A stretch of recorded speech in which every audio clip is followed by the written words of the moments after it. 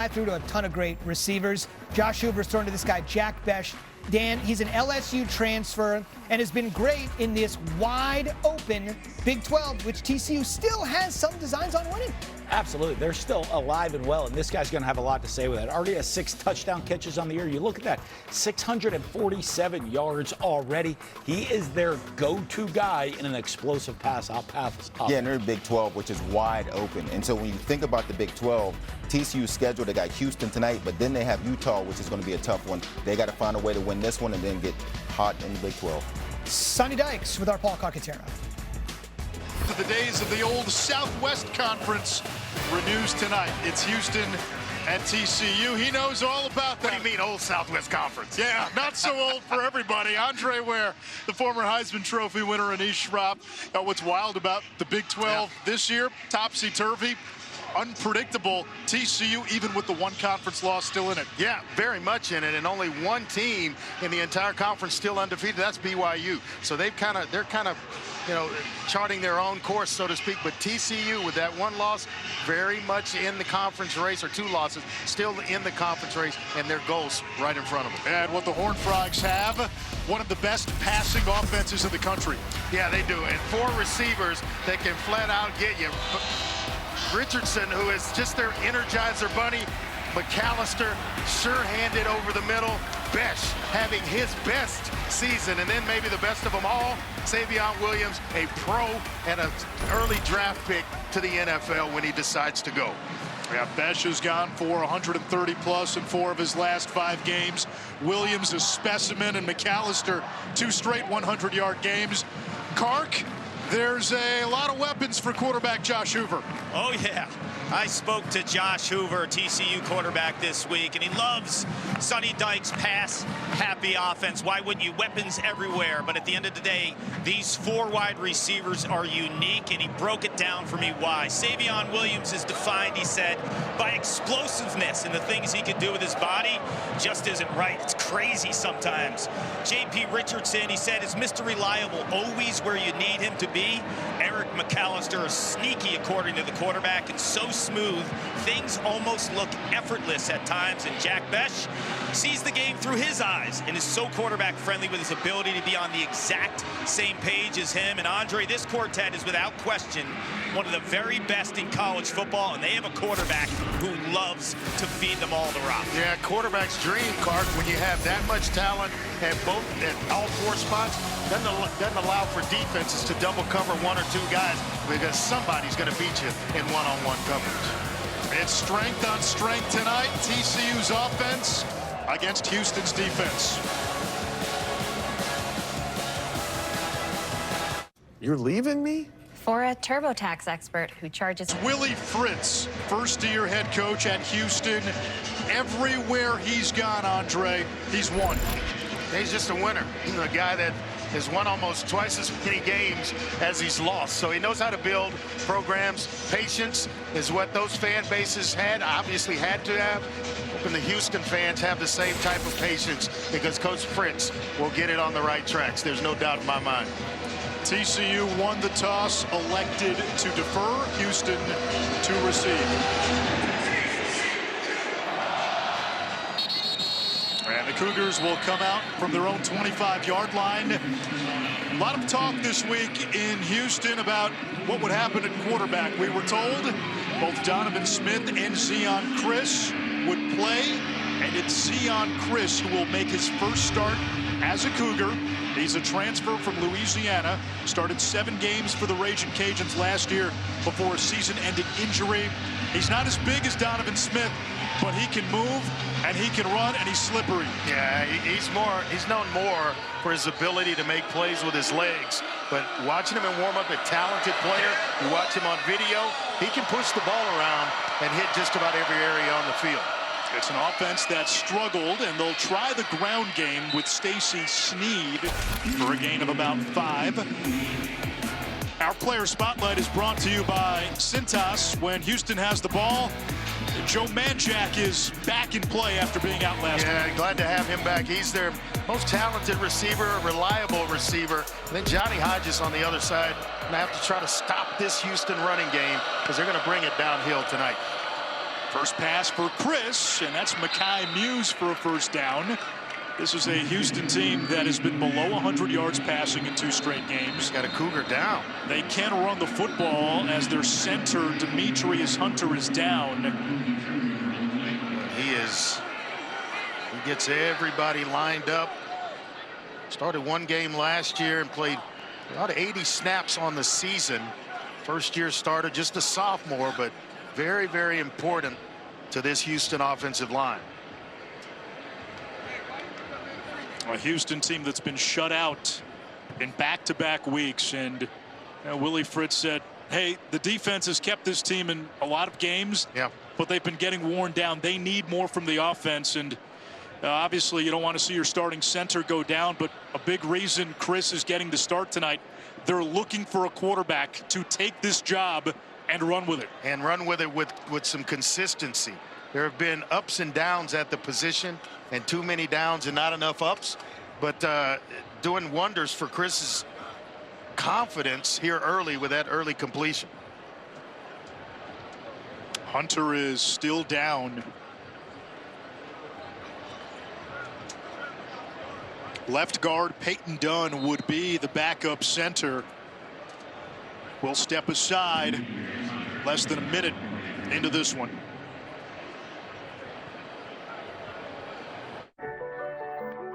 Growing up, I didn't know a lot about money.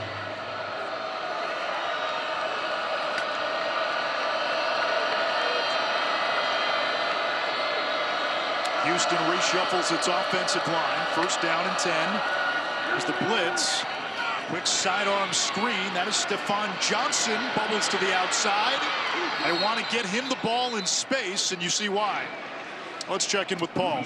Well, these trainers were working on Demetrius Hunter's right eye at one time. They flushed it out with some water and heard one of the trainers say, "You good?" He said, "Yep." Put his helmet back on. I expect him back. So Jake Wiley slides over from right tackle to left guard. Peyton Dunn from left guard to center. Tank Jenkins remains at right guard, and Shamar Habdi-Lee is the new right tackle. Johnson again. There's that screen. And this time nowhere to go. Dropped in space by the veteran safety Bud Clark. No gain. Going to do a little bit better job of reading the block of Manjack, who was blocking the guy outside, and he turns, actually he goes that way. You know, it's one of those Pop Warner deals. His butt's pointed that way, run inside. That last play emblematic of Houston's offensive troubles. This season on gains of 11 plus, on the very next play, more than a third of the time Houston has been held to no gain, negative yards, or it's been a penalty. That's Mekhi Muse. He brings it across the 40. And Bud Clark with a big tackle on Muse. Came up from his safety spot and met Muse right in the hole. I mean, he is going to come up flying and doesn't budge an inch. Big third down here for Houston when you're talking about trying to get on the scoreboard after a 2-week drought with 2 shutouts in a row. And with the issues they've had in the kicking game, this is likely 4-down territory. Rayshawn Sanford is the running back. Needs something positive here on third down.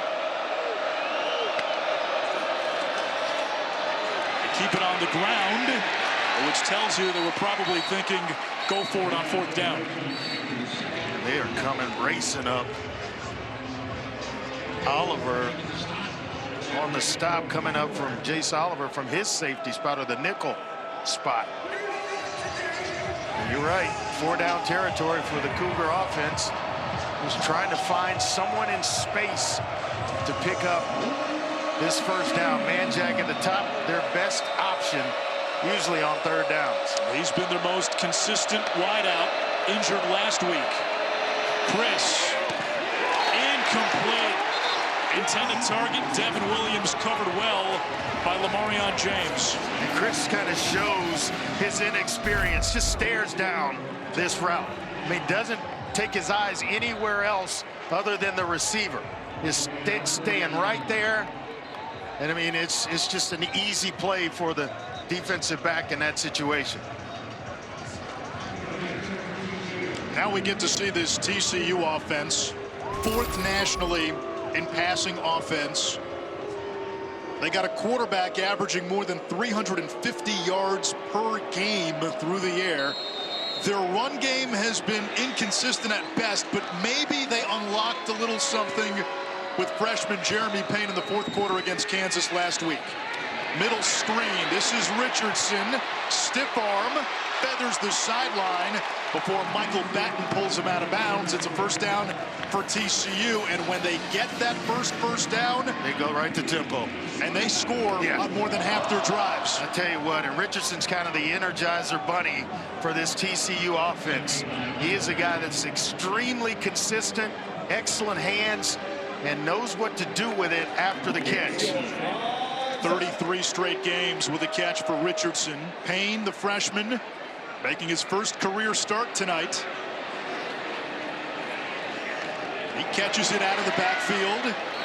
Andre, you know this kid well. You watched him a little bit in high school. What do you like about him? Family friend, and he is just an explosive player out of Hightower High School right there in the Fort Bend ISD School District. A guy that a lot of teams, a lot of schools wanted, Jeremy Payne. ESPN 300 recruit. Here comes Payne. And he is dropped for a loss of a yard on the play. As we take a look at tonight's impact players built by the Home Depot. Yeah, when you talk about TCU on offense, it starts with Richardson and Besh. 2 guys that can make plays. And who's going to try to stop them today? Strong and Halsey, who tackles everything on the back end for this Cougar defense. He is a pro. A guy that a lot of pro scouts are here to see today. Against a 3-man rush. Quick slant, Payne underneath, about a couple of yards shy of the marker. And you expect TCU to go for it, getting to the line quickly. Yeah, I'd imagine they called the second play in the huddle. 4th and about a yard. Quarterback sneak. I don't know that he got there. According to the spot from the judge on the far side, that's going to be a turnover on downs. I'm not sure. He didn't get a second surge, Anish, in which to offset where the officials, and they're already calling it short of the first down marker. No push whatsoever for TCU up front.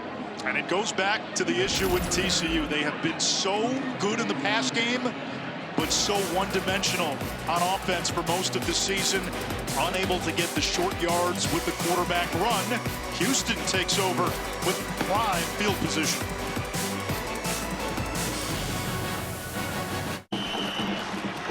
Hey, keep your head in the game, son. The scout from football college is up in the stands. Maybe you'd rather go to school for insurance. I didn't raise no insurance, man. But you did, Dad. Football's your passion, but mine is providing around-the-clock protection to progressive customers who bundle home and auto. Jamie, we need you out here for football. You're giving up on your dream, James. No, Dad. I'm giving up on yours. Oh, James, wait! Oh, that's not the exit. Football is presented by Ram Trucks, built to serve. From Slingin' Sammy, Davey O'Brien, LT, and the Red Rifle. Some of the greats to come through TCU. Andy Dalton having himself Up to a pretty good 2 weeks. bit of a second act in Carolina.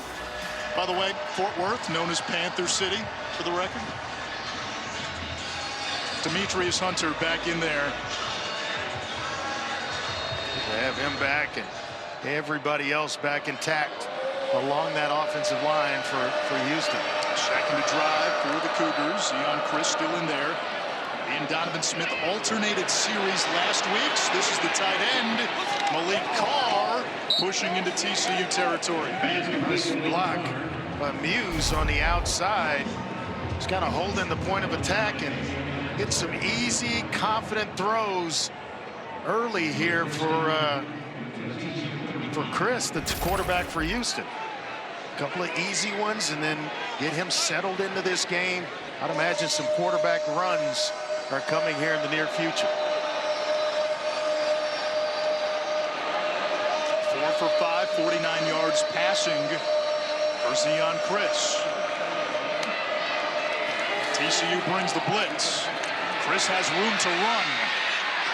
Tackle tackling from behind, lost the football. Looks like he may have gotten it back. We just talked about it on the last drive. A good play followed by something disastrous. That time disaster averted for Houston. That's been the story of their season. Yeah, ball's out. It's on the ground. And I mean, he does a heck of a job of just kind of having it bounce right in his area. Hits he play to fall right back on it. That's going to be a nice gain on first down for Zion Chris. Nnamdi Obiazor. The previous play is under further review. Ruling on the field was recovered by the offense.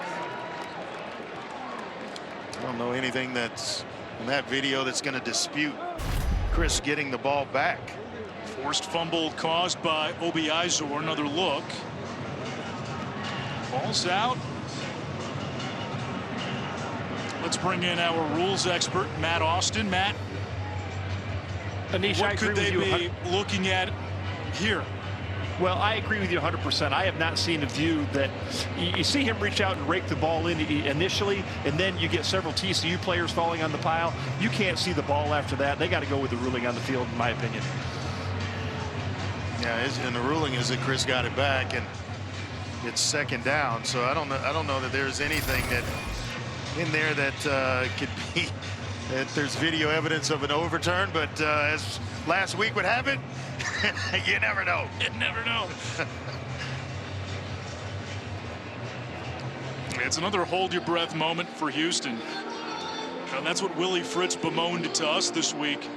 He said through the course of this season, so many times when there's been a big play, then there's laundry. After further review, the ruling on the field is confirmed. The fumble was recovered by the offense. It's second down. And it's a break for Houston again. Their season has been one step forward, two steps back offensively. The need to find some type of consistency at quarterback. Chris giving him that early tonight. And then now the next order of business is to get on the scoreboard.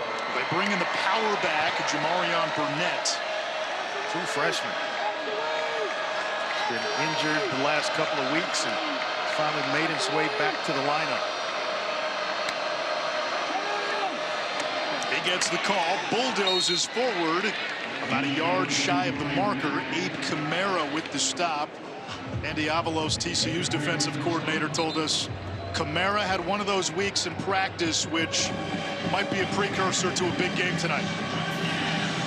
And I think it's that way for Burnett as well. It kind of gives them some explosiveness at the running back spot.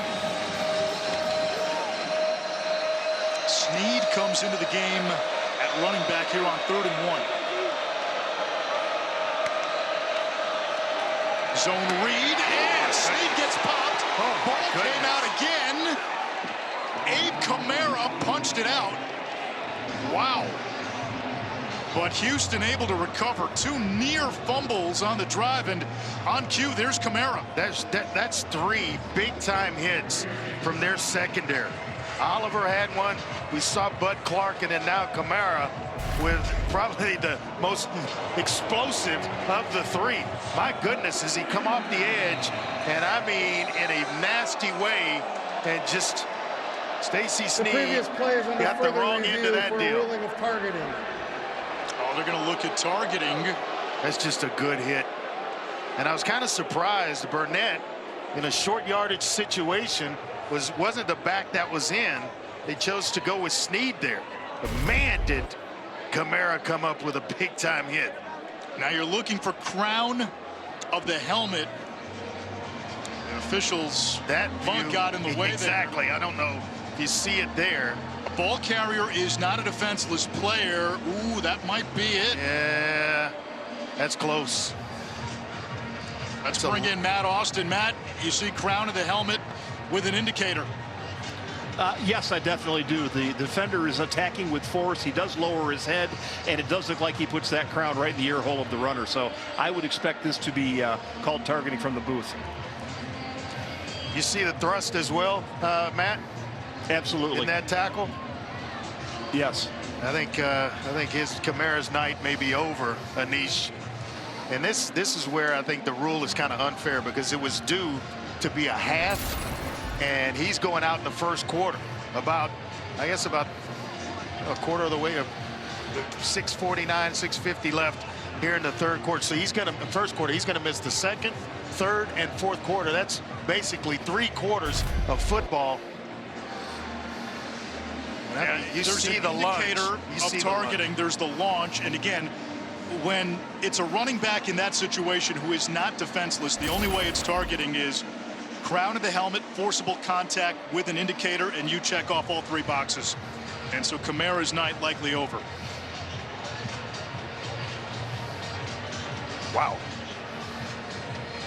They are looking at this a long time. It was such a big hit. I mean, you couldn't help yourself. The way it that abruptly came to an end.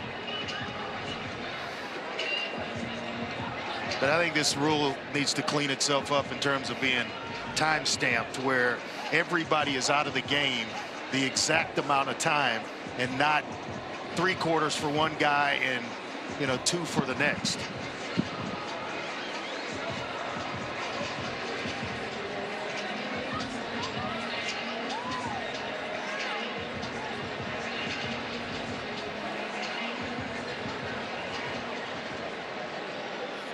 After further review, there was a ruling of targeting by TCU's number 1.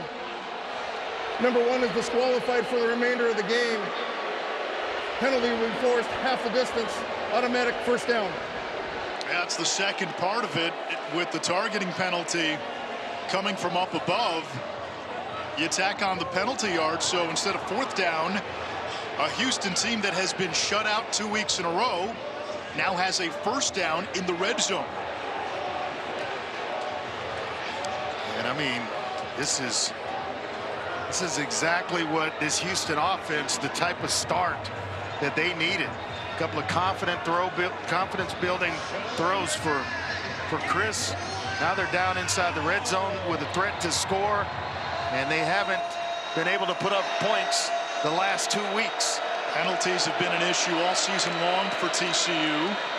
Red zone struggles have been a problem for Houston as Burnett carries inside the 10. 7 previous trips inside the 20 this season for Houston. 2 touchdowns, 1 field goal, 4 empty possessions. And with Burnett, you're getting a big physical downhill player that is a guy that they missed in the running game. He gives them some oomph at the end of runs where it's hard to tackle him because he's so big at 6'1", about 220 pounds. Double tight end set. Zone read. Burnett again up the gut. He is to the 8-yard line. 3rd down coming up. Do a nice job with Jace Oliver in run support from that one of those. Actually, it's the nickel spot and coming up and helping in the running game. He's slow to get up. Oliver, the Tulsa transfer. 2 tackles in last week's game. Had a career high last year against FAU or Atlantic, where he had 11 tackles in a game. And he backs up Kamara, who's been ejected for targeting. This is when I would look for Manjack, who's at the top in man coverage. Right at the top of the screen. And a timeout by TCU. First charge timeout, TCU, 30 seconds. We've seen the theater of the absurd at times this season on Friday night, Andre. In fact, most times. And this was a game where Houston came in reeling. Shutout against Cincy. Shutout against Iowa State. Really, this offense has struggled to gain traction all season long. TCU, they had a couple of check marks against them with 2 losses, but seemed to bounce back in the second half against Kansas.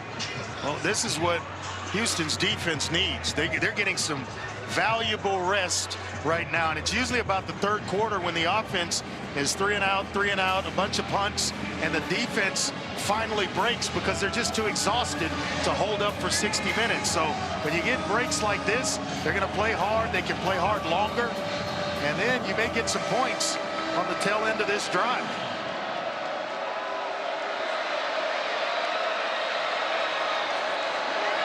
Chris to the end zone.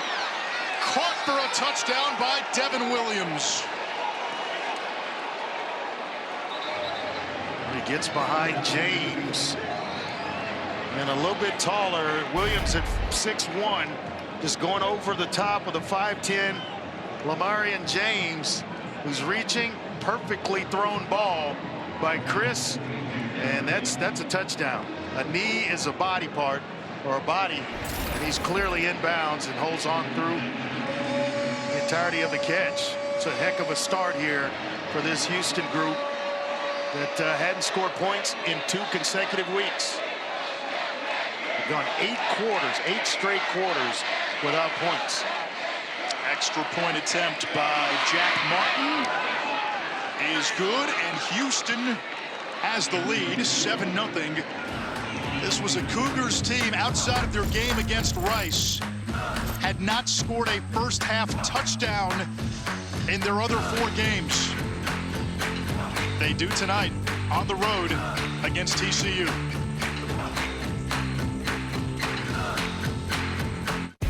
The SEC on ABC, all day Saturday beginning at noon Eastern. Are they really going to spend all day streaming college football under... Expected to win. That's generally when it feels like you get chaos. You get a bunch of upsets on a Saturday afternoon. Fair catch called for by Jordan Bailey. Tonight's meeting marks the 3rd time in the last 30 years that Houston and TCU have played league games against each other, but they've done it in 3 different leagues. Go back to the old Southwest Conference, that disbands. TCU to the WAC. Houston, Conference USA. They both were in Conference USA for a while. Went to the American, the Mountain West, respectively, and then meeting up again in the Big 12. You remember. Went way around the block to get back in the same conference when they both should have been in the Big 12 to start, or at the start. Sam Cook breaking tackles and hunted down by Batten. That's a first down run, a gain of 11. And Andre, there was so much chatter, right? There was fear from the Big 12 allowing schools from the Metroplex, from Houston, with those recruiting bases into a power conference. They know that, you know, if it was a level playing field, it would be tough to keep the Cougars from winning, and also teams like TCU. TCU now in the Big 12 for more than a decade. Houston in its 2nd season in the league. Hoover finds Besh for a first down, easy pitch and catch, and Jack Besh comes into this game 2nd nationally in receiving yards, behind only Trey Harris of Ole Miss. Just so consistent, excellent route runner, and he just fooled McCutcheon to that side where he bit inside and left Besh wide open along the sideline. Cook bounces to the outside and pushed out by Latrell McCutcheon, who's probably Houston's best pro prospect. They can't give up leverage to a guy like Cook. Cook does a nice job of giving an inside move and then getting around the corner for a big gain on first down. That'll make it easy for Kendall Briles, who's their offensive coordinator and play caller, to call this game. You're in 2nd and medium, 2nd and short the entire night. That's an easy way to go about doing your stuff on offense. Quick throw. Richardson drags a couple of defenders across the 40-yard line. How about the presence in mind to just get right up the field? That's knowing the situation, and then, hey, I'm going to make the catch and get vertical in a hurry. Sure-handed receiver. Boy, was his dad a good college quarterback. Had a heck of a career at Texas A&M, and then went on to the Oilers and played for a while there. Yeah, Dad Bucky. J.P. Richardson's uncle was actually good golfer too. Roommate at Texas Tech. Pretty good golfer. Pressure that time coming from Keith Cooper. Keith Cooper from my high school. I told him when I met him for the first time at 6'5", 280. They didn't make him like that when I was in high school. We didn't have a guy 6'5".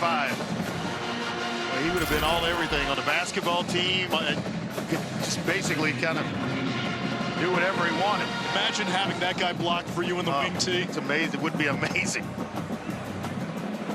But he's a heck of a defensive end in this Cougar defense. Cooper followed Willie Fritz from Tulane to Houston.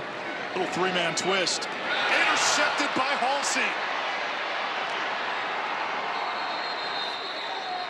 When we talked about it, there are some scouts here tonight watching A.J. Halsey, and when you make a play like that, you get on the radar real quick. Anish, he just reads the eyes of Josh Hoover, who thought he had a receiver going right up the seam in this area, right up the seam, and it's going to be Halsey, who just reading center field, makes a heck of a break to take the seam route away and make Josh Hoover pay for it. Cougars with some pretty good field position.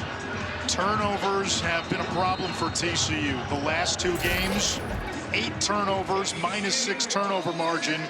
And Hoover, after going without an interception in his first 143 pass attempts, has thrown 4 picks in his last 56 pass attempts. First playoff sudden change. Chris still in at quarterback.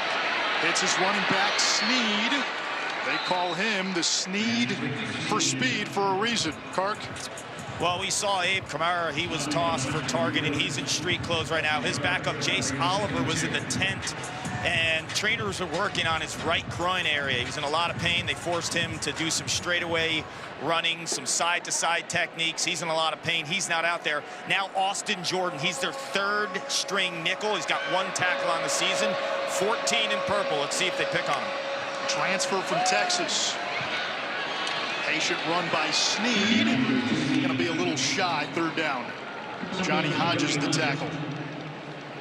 Sneed can run between the tackles. We talk a lot about his speed, but he is good between the tackles. Runner, you mentioned it, the patience that he shows to allow blocks to set themselves. But I'd imagine the big guys coming in, Burnett, to finish this thing off and move the chains. They bring in Burnett. Houston on the season, 26% on 3rd down. Should be a reminder, hey, hang on to the football here, youngster. How about Burnett sledgehammers across midfield for a Houston 1st down? Well, that makes for a nice 1-2 punch when you can go Sneed and Burnett, because everybody else is pretty much built similarly. Burnett's the bigger at 220. You get any type of hole, any type of movement, and that big frame's going to pick up short yardage situations for this Cougar offense. He just ran through the left shoulder of his tight end to Jaden York.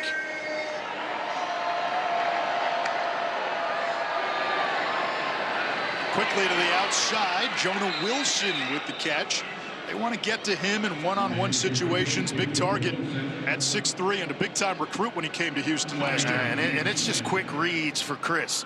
They get the ball out, 3-step drop, or just a quick, what we refer to as quicks, speed outs, slants, hitches, and just keeping the game easy and clean for him, where he doesn't have to do a whole lot of reading at quarterback right now. It's just one quick read, get the ball out.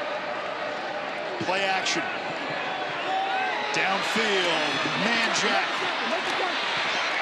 Houston's most consistent receiver, a guy who's been described as triple espresso in the flesh. Yeah, it's still just one read, and you'll see it. The eyes just stay down the field, and he's on Manjack the whole time. Now, when you do that, you can get away with it in some instances if the receiver wins for you.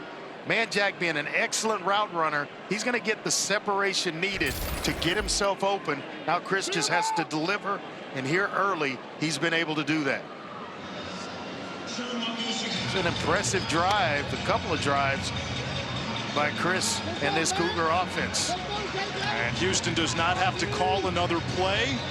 That's the end of the first quarter. The Cougars, after not scoring the previous 2 games, have a 7-0 lead on the road here at TCU.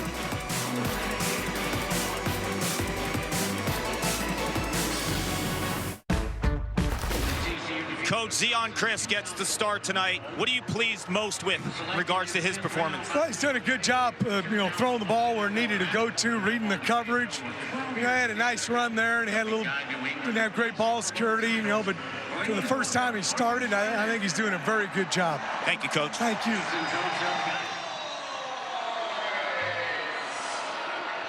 First and 10, Houston inside the TCU 25. DJ Butler, the true freshman, is the running back. Fly sweep. Jayshon Ridgel playing in his first collegiate game. True freshman who cracks the depth chart with Marquise Shoulders now out for the season. And this Houston offense, which had been in hibernation. Cougars, I know, don't hibernate. I had to look that up, Andre, but whatever slumber they were in, they came out of it in the first quarter. Yeah, they really have, and they've looked good offensively. Defense stepping up, getting a 4th down stop. And then you see the first quarter numbers there. Just, it's been tough offensively for this Cougar team. And a decided advantage when it comes to time of possession. Quick throw, Carr, broken tackle, sideline toward the pylon. Close. He's going to be marked out inside the 1-yard line. How about the job that this receiver group and tight ends for the Cougar offense kind of stepping up tonight, getting separation for the young quarterback, and well, that's one heck of an effort by Johnny Hodges, one of our impact players in this ball game, playing sideline to sideline. He's the guy that forces Malik Carr out of bounds right about the 2-yard line or so. Hodges, a former Navy lacrosse player. Here's the toss. Reaching. And Rayshawn Sanford is in for 6.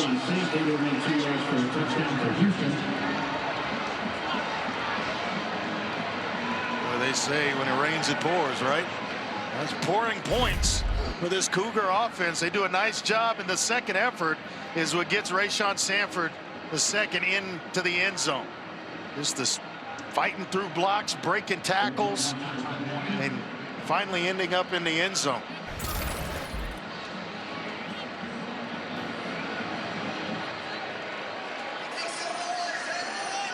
Five different ball carriers already in this game for Houston.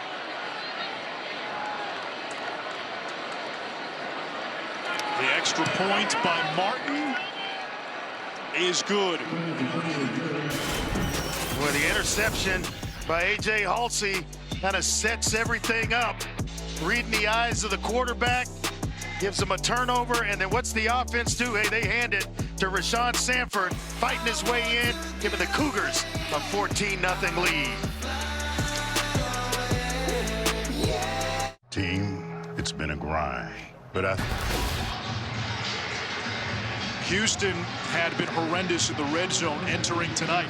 Today, they've capitalized on both chances with touchdowns. Yeah, with a young quarterback making his first start, you get a couple of stops and a turnover, and you're able to answer or put points on the board to give your young quarterback a chance. But what I tell Zion Chris right now is, hey, stay level-headed, stay right in the middle, don't get too high with the lead, don't get too low. If you happen to make a mistake, there's a lot of football left to play.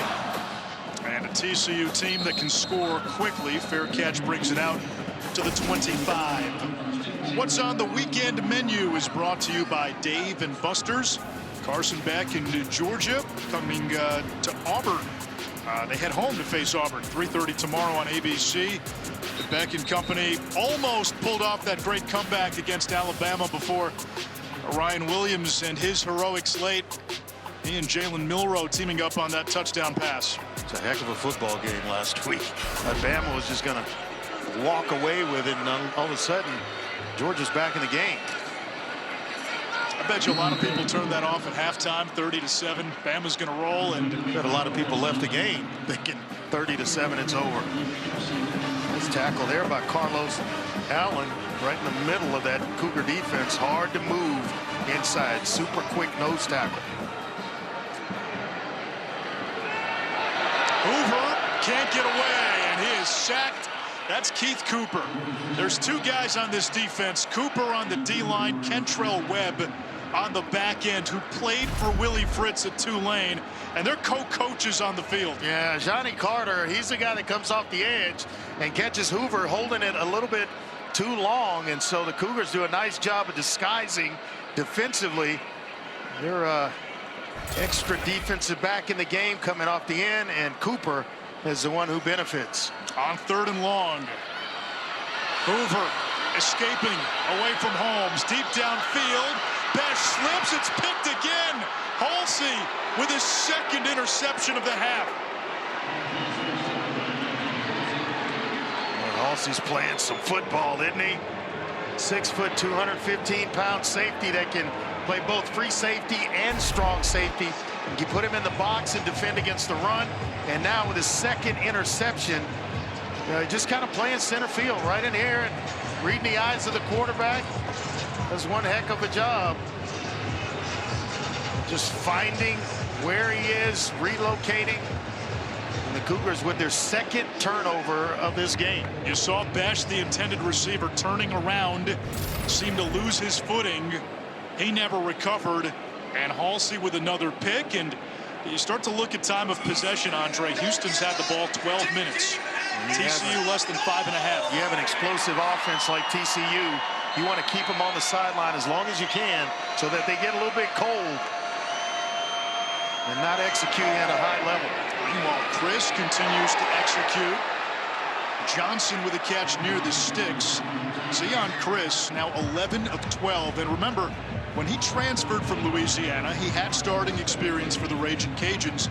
And Donovan Smith, the incumbent, had off-season shoulder surgery, had a torn labrum, so Chris got all the reps with the ones in spring ball. And you know, you build a reputation or a bond with guys that you're working with over and over and over again. And I think Chris knows the body language, has some chemistry with these receivers at Houston. Chris on the zone read keeper, moves the chains, tackled by Cam Smith. Chemistry, Andre, is also feeding a lot of mouths right now. 7 different receivers so far. Zion Chris has hit. And how about Willie Fritz in the run game, too? 5 different runners. So they're doing a lot of different faces here tonight. Yeah, and there, Clark just mixing it up and giving Chris a run so that you keep TCU honest, and they know, hey, they have the capability of playing us 11 on 11. But he's off to a great start tonight. And TCU has struggled against the run, second worst run defense in the Big 12.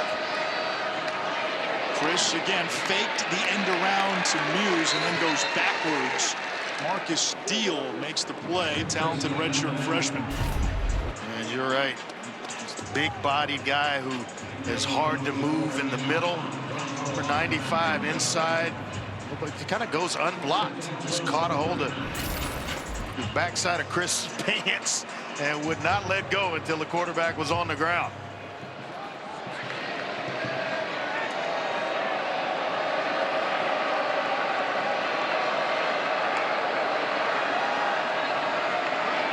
McDonald bringing pressure, and he gets home.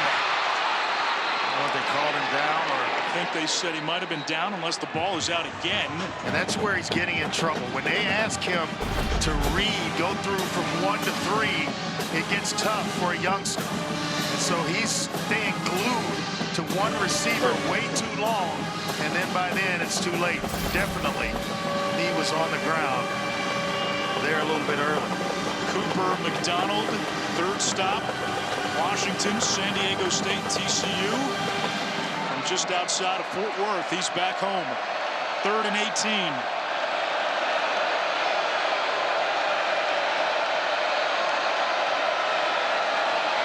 Chris moves the pocket. Pressure coming. Heaves it to the sideline. Incomplete. Defended well.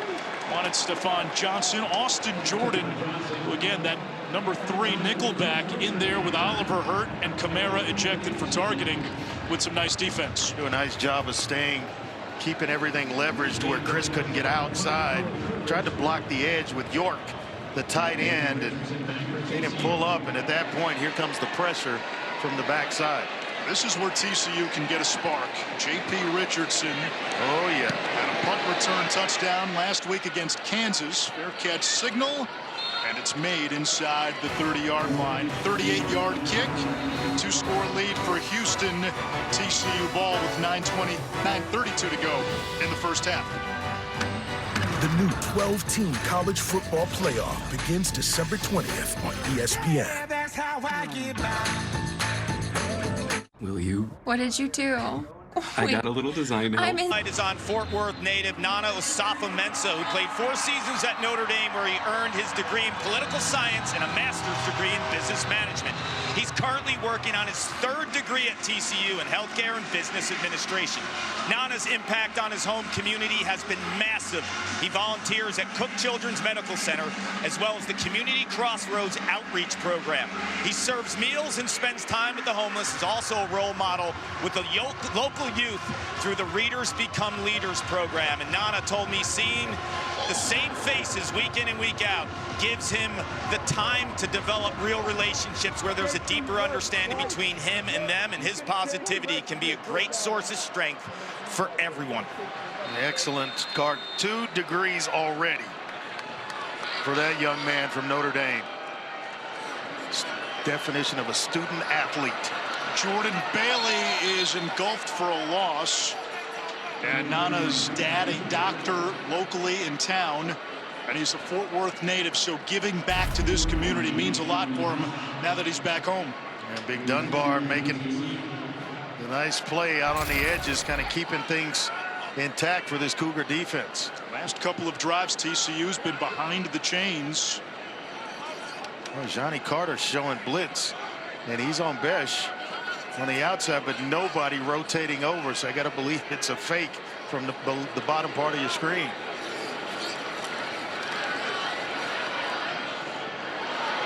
Into Besh, but incomplete. Anish, this one will hit home for you. And when I spoke to Nana this week, he told me he got hooked on TCU football coming to games when he was a young boy. And guess who was playing quarterback? I'm going to guess Andy Dalton. You're correct. It's amazing. What took him so long to get back? Why do you have to go to up to Notre Dame to make his way back? If this was, you know, if he really, really loves this program, stay home. It's one of the recruiting advantages for teams like TCU, for teams like Houston. You can go get guys in the portal and get them to come home as that screen pass goes awry. Pressure from Cooper and Holmes. And now this crowd starting to get a little antsy. An offense that really hasn't had too much trouble putting up points this season. Without a point at home, 8.5 to go in this first half. Hoover started the season 143 passes without an interception. His last 66 passes, 6 interceptions. So you're going to struggle offensively if that's what the type of production you're putting out. That punt bounces out of bounds, and Houston with strong starting field position. Kick off your NFL Sunday with the Countdown crew. They'll look at how the Cowboys' injuries impact their game with the Steelers. Plus, Peyton Manning joins the show. Latest news from Adam Schefter as well. You got Miami going back to Tyler Huntley at quarterback. Minnesota against the Jets. Tough one in Houston. Buffalo coming to town.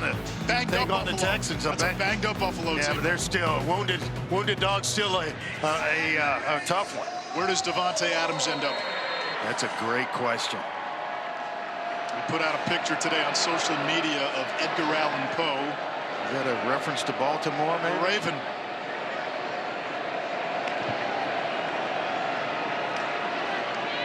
On the ground. And that's DJ Butler, the true freshman.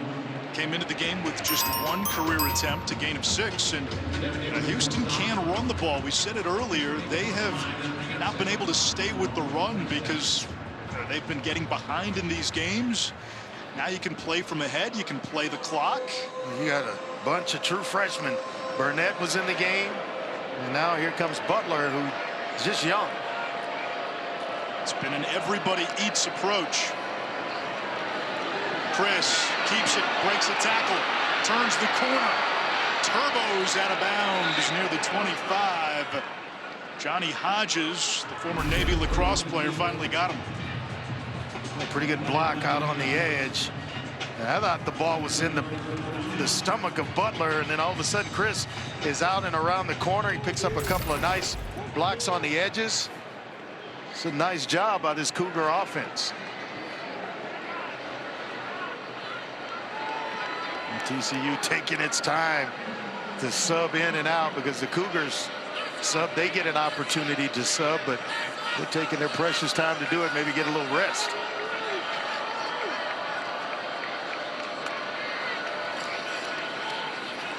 Little speed option. freeze option. Stacy Sneed with a first down. Little freeze option where you make it look like counter option, stop, come back the other way, where it's a freeze option. Nice job by Chris of getting the defense, the front seven, to freeze, and it allowed Sneed to out-leverage the defense for a big gain. What's the quarterback's read on that play? Edge man on the line of scrimmage. If he takes the quarterback, you're going to pitch it. If he takes the pitch man, Chris is going to keep it himself and turn up the field. McDonald coming off the edge, and Chris has his ball swatted down by Max Carroll. Big Max Carroll. Moved to linebacker from his safety spot at 6'3", 225. Could you imagine him coming up and run support from the secondary? They move him to linebacker, and they said, hey, he is finally figuring things out from that spot. Redshirt freshman from Memphis, filled in admirably last week for Nnamdi Obiazor, who went down in the Kansas game.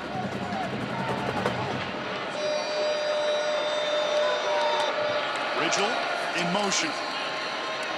Chris keeps and dropped at the 12-yard line. A gain of 3 on the play. Cam Smith again with the stop, the Memphis transfer. Our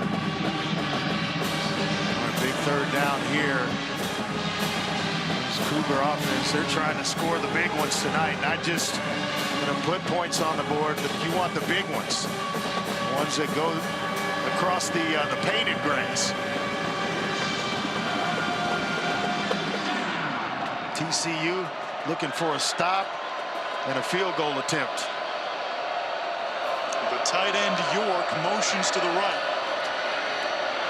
Chris steps up, cannot elude the pursuit, and he's brought down by Obiazor. It's 4th down. Yeah, when routes have to develop down the field, now that's kind of the weakness of Chris's game right now, where he's not getting through progressions. He's locked on a guy. So if I'm TCU, I'm going to play zone, make him read and see things, and hold on to the ball and try to get guys home in the pass rush, which is exactly what happened there. Jack Martin has taken over the place kicking duties for Joseph Kim. 0 for 1 this season. A 34-yarder, splits the uprights, and it's 17-0 Houston. Not many saw this coming.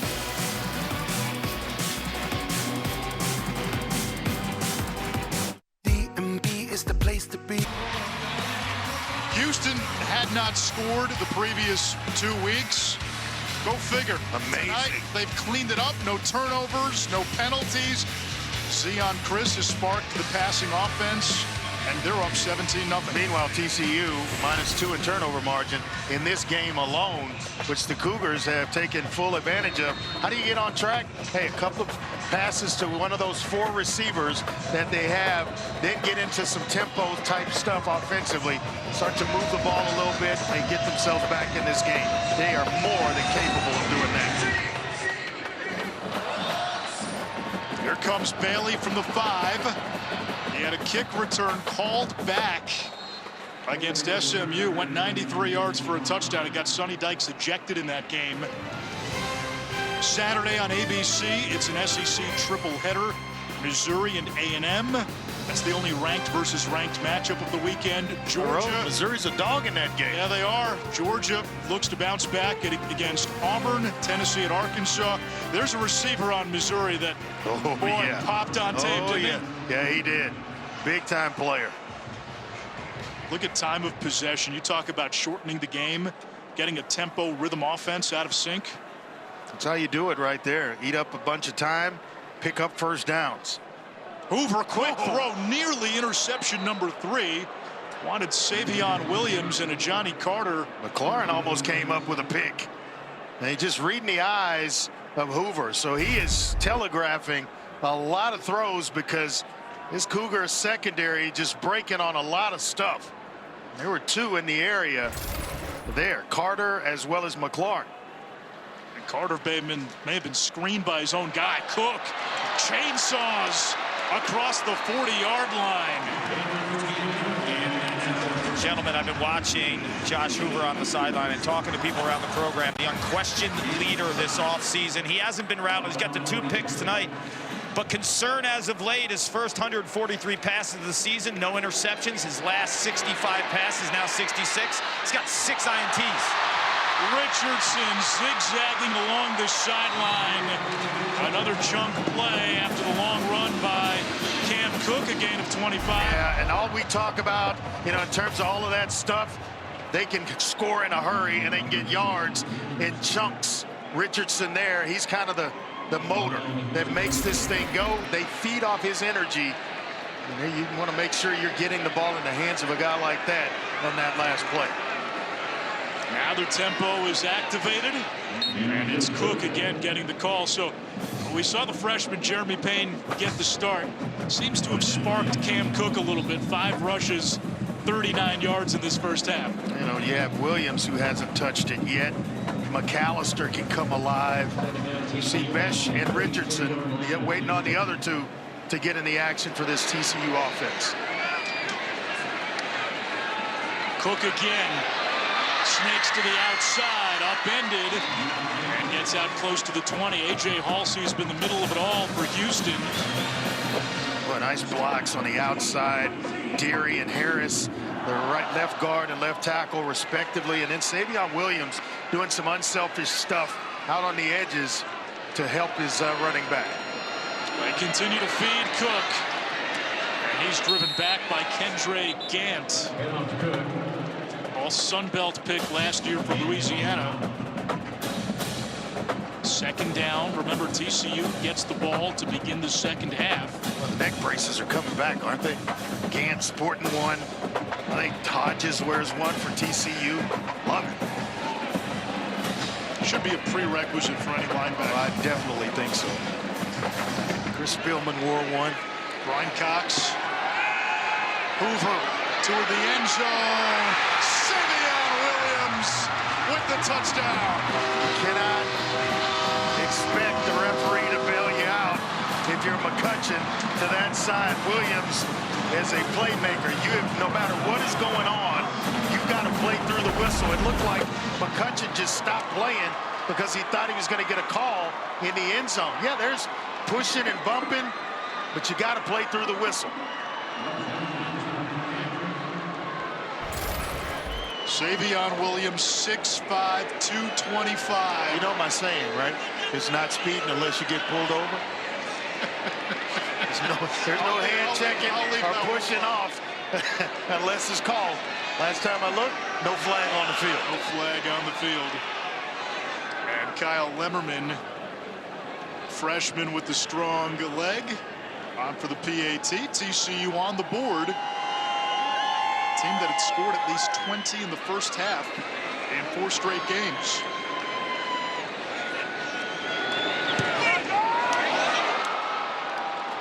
It has been that kind of half for TCU. Wow. One thing goes right, another goes wrong. 2 picks, now a missed PAT. Nice job by Hoover finding the man-to-man coverage or the one-on-one coverage, and you can never really leave a receiver like Savion Williams alone and by himself. Hoover does a nice job of just processing, finding the matchup, and then delivering a nice catch of football. The esteemed college football writer Bruce Feldman puts out his annual freaks list, and disqualifies. You could see why Savion Williams made the list. Oh, by the way, can throw a football 80 yards. Andre, this was a guy who considered going pro, but realized another year, especially in this offense, he has a chance to really elevate his draft stock. 6'5", 225. He's tough to bring down. The guy that can make plays. He runs routes. He reminds me a lot of Nico Collins with the Texans. Same kind of frame. High praise. Same kind of frame. Excellent after the catch.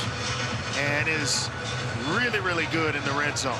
Talked to one of the scouts today pregame about Savion Williams, and they said his upside is ridiculous with that size and speed and strength. The one thing they think he needs to work on are his hands consistently making that catch. You know he has the potential to do it.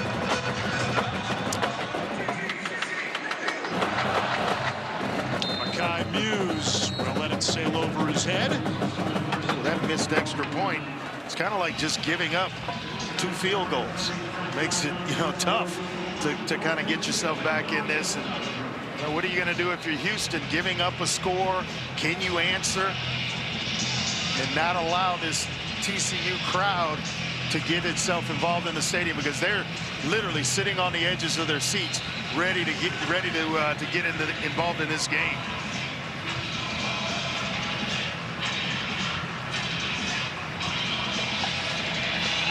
Young quarterback. I'd be heating him up if I'm Andy Avalos. Bring some pressure, not allow him to sit, and then mix in some zone behind it. 3 timeouts and the 2-minute timeout remaining. The power back Burnett gets a lift from the pile to the 28. And Houston can run this down to the 2-minute timeout. No hurry needed. They still have the 3 timeouts. This is the 2-minute timeout. Zion Chris has provided the spark at quarterback. 11 of 14, 121 through the air.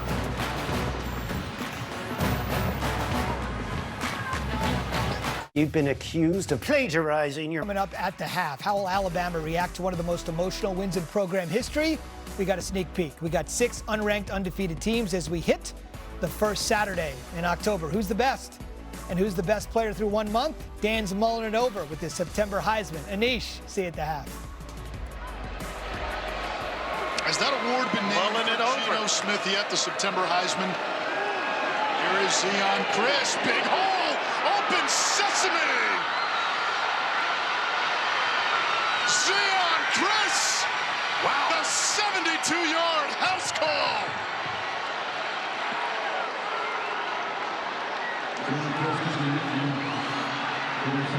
He hit a gear, Anish, that nobody on the field at that time had.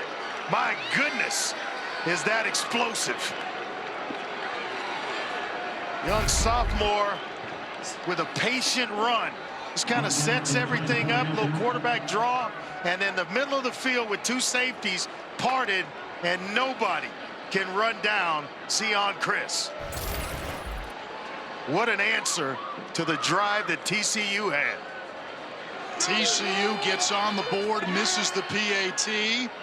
A couple of plays later, Chris using his feet, and Andre, that extra gear, he got across midfield, punched in turbo boost. Yes, he did. I mean, the safeties disappear off the hash mark, and then he picks up a nice block, and it's a foot race. At that point, Sanford throws the block, and Chris does the rest.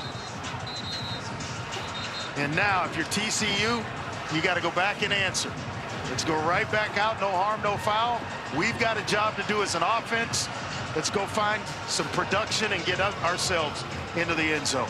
You know, Susan, you can't predict football either. Houston entering tonight, 26 first-half points. Shut out the last 2 weeks. If you take away the Rice game, 6 first-half points entering today. So, of course, they go for 24. Amazing. I mean, you can't make this up. Can't find or sniff the end zone. If they had any type of production like this the previous 2 weeks, who knows? Because the defense played some outstanding football.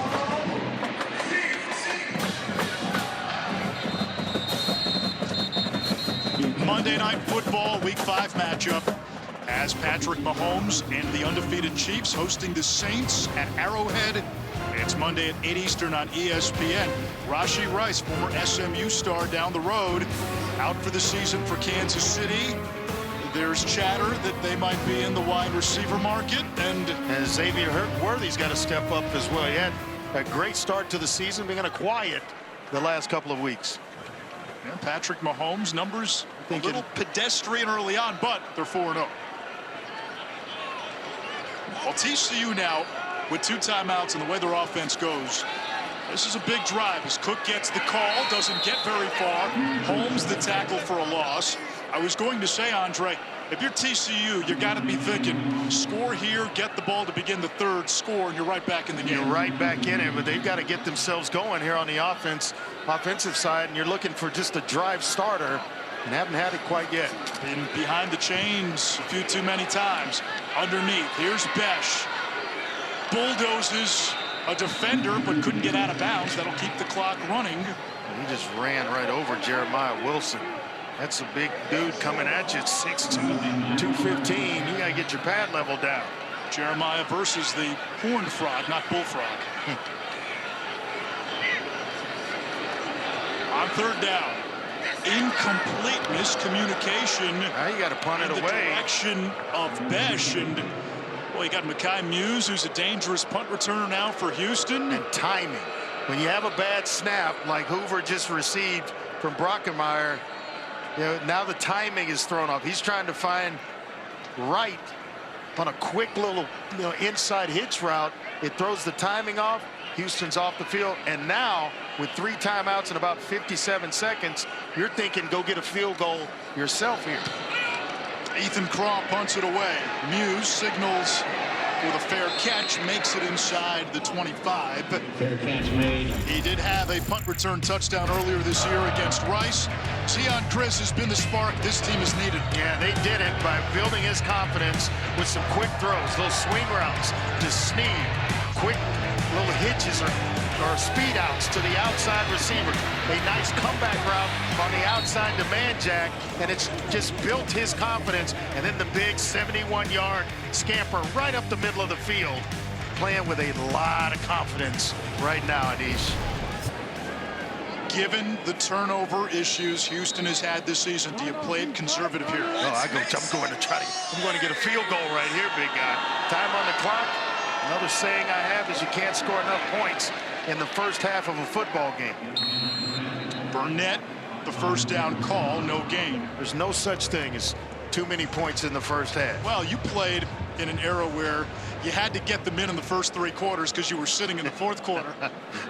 You scored too many. If we happen to be playing well that night, but there's no such thing as too many. It's like having too much money. There's no such thing. And Houston will let the clock run out. TCU not calling a timeout. I don't know. I think that's an opportunity. They were looking for a drive starter. They're going to have to call one more play. Yeah. There's a second differential. If they got it, then you go ahead and try to get the field goal. I understand that, but when there's time on the clock, you go ahead and you're trying to score. Called for the delay of game. Delay of game. Offense. 5-yard penalty. Second down. By rule, that delay of game caused the clock to stop. That requires a 10-second runoff. Therefore, the half is over. It brings us to halftime. Houston, a 1-win team, a massive underdog on the road in Fort Worth. A team that had been blank 2 weeks in a row. They found their offense and they found their quarterback. We got halftime coming up with Zubin and company after this.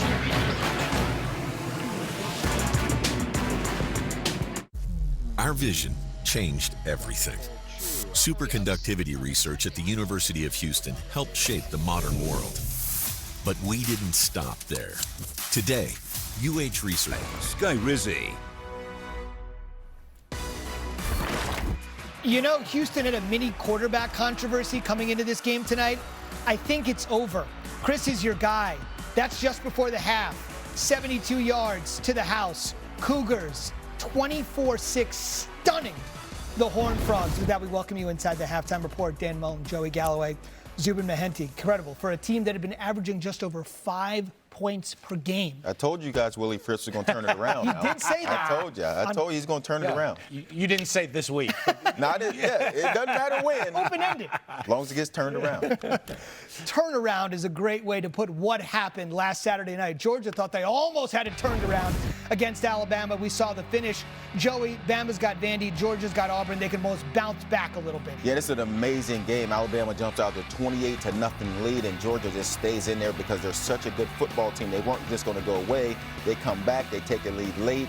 and then late heroics by Alabama win the football game. Young Ryan Williams scored, and then this interception ends it. An amazing game, maybe the best game of the year so far. Yeah, these two will kick off within 45 minutes of each other Saturday. Ole Miss off a loss. Coach, South Carolina's off the bye. Absolutely. It's going to be a tough one because Ole Miss, their offense completely disappeared in their first test of the season, but their defense didn't. They're giving up just over 7 points a game, but it's never easy to go and play in Columbia, South Carolina. No, that's the second game on ESPN Saturday, the fourth and final kickoff for you, Matt, Joey, Dan. The whole crew will be Miami. A Cal game day will be there. How about this one? Yeah, Cal won their first 3 games, and they lost last week against Florida State. They got to bounce back against a Miami team that might be the best team in the ACC behind Cam Ward in the way he's playing, having an incredible season. But they also had a close game against Virginia Tech. So expect Miami to be ready. They got a wake-up call, but they found a way to win. Yes, that, of course, was last Friday night, and everybody's been talking about it since. We'll see what happens when they travel to Berkeley, 3,000 miles away. Game day's first appearance out there in Northern California. All right, so let's just talk about this from a macro standpoint. Take me inside the locker room as a coach. Tough to bounce back off an emotional win where you know the inevitable downfall is coming a little bit, or an emotional loss, which really curtails your margin of error if you're trying to get to the playoff. It's always tougher coming off an emotional loss because the negativity, you lost the game. The negativity when you leave from your family, from the fan base, everybody around you is down because you lost the game. We always had a big saying, you don't want to let one team beat you twice. You have to put the loss away. Let's see what we did poorly. How are we going to rebound from it? How are we going to improve? And let's emotionally pick ourselves up right away when we hit that practice field. And as a player, you make mistakes in games, whether you win or lose. They're just easier to watch if you win the football game because now those mistakes didn't cause you to lose. When you make mistakes in a game that you lose, you're like, man, that was a part of losing the game. I think the losing team will want to get that taste out of their mouths. They'll be focused. Don't get me wrong, I think Alabama wins, but I think Georgia will come in more angry because they lost last week. Once again, it'll be Alabama at Vandy, Auburn at Georgia. We'll see how they all bounce back on Saturday. Still to come here on the Halftime Report. Dan's been mulling it over. We're 1 month into the season. Who's your Heisman favorite? At number 1, we'll have the answer. He's been mulling it over all week, and he'll unveil it next. Welcome back to ESPN College Football Primetime, presented by Ram Trucks. And it's all a part of the Big 12 Conference on ESPN. Trading places, maybe Freaky Friday. It feels like these two teams have switched places. TCU, a team that had no trouble scoring, has had trouble scoring. Houston has found its offense. They found their quarterback, too. Yeah, and the one common thing is the Houston defense came to play. They traveled this week up I-45. But I tell you what, it's been impressive. Zion Chris, the way he has played the first half of this game has been unbelievable. First half stats are brought to you by Chewy. Houston having success offensively. Time of possession could be big later in the game. Yeah, what you like about this is the rushing yards and the passing yards, balance on offense and possessing the football, racking up first downs, making it tough for TCU to do what they normally do offensively. It feels like this first drive of the third quarter is a huge tipping point for TCU. Bailey from the 6. Turbines his way to the 25-yard line. Let's check in with Paul Carcaterra.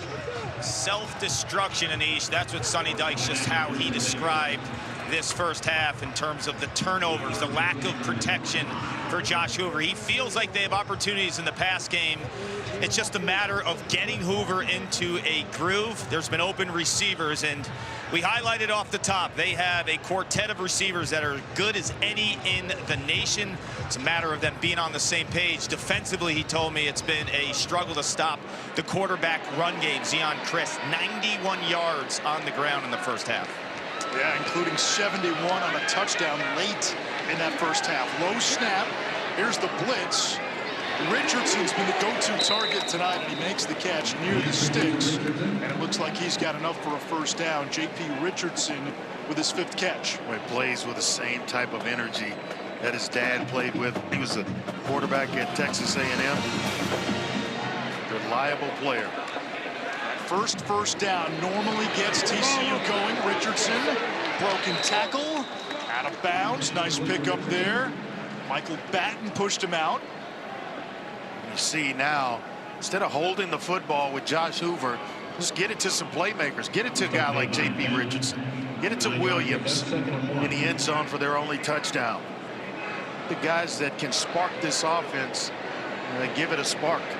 Hoover came into the game third nationally in passing yards, behind only Jackson Dart of Ole Miss and Cam Ward of Miami.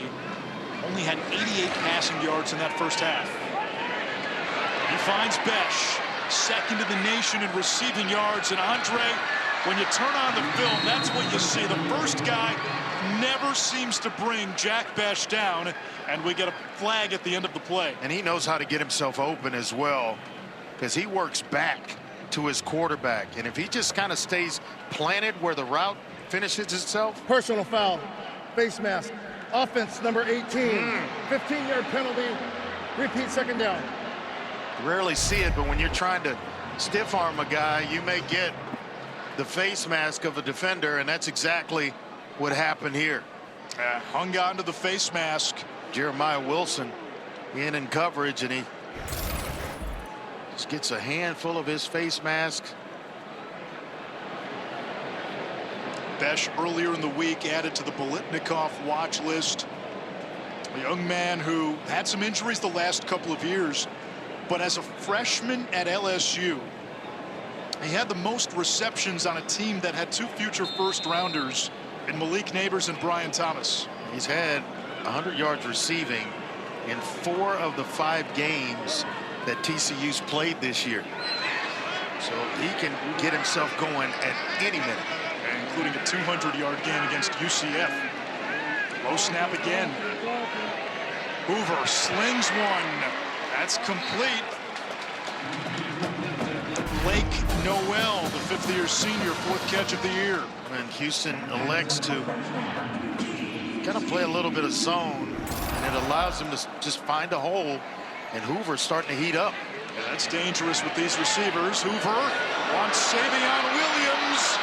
Overthrown by about a yard or two.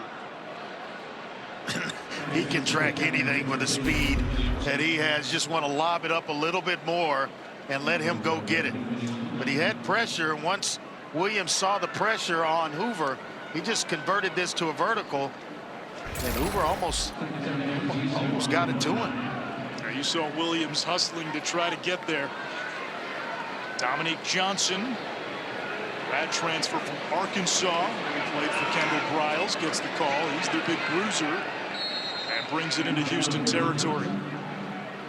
He's trying to get back on schedule after that incompletion on first down. This could be 4-down territory.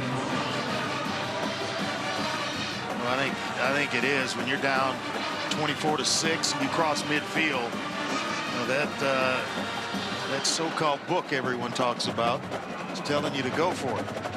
TCU 0 for 4 on 3rd down today.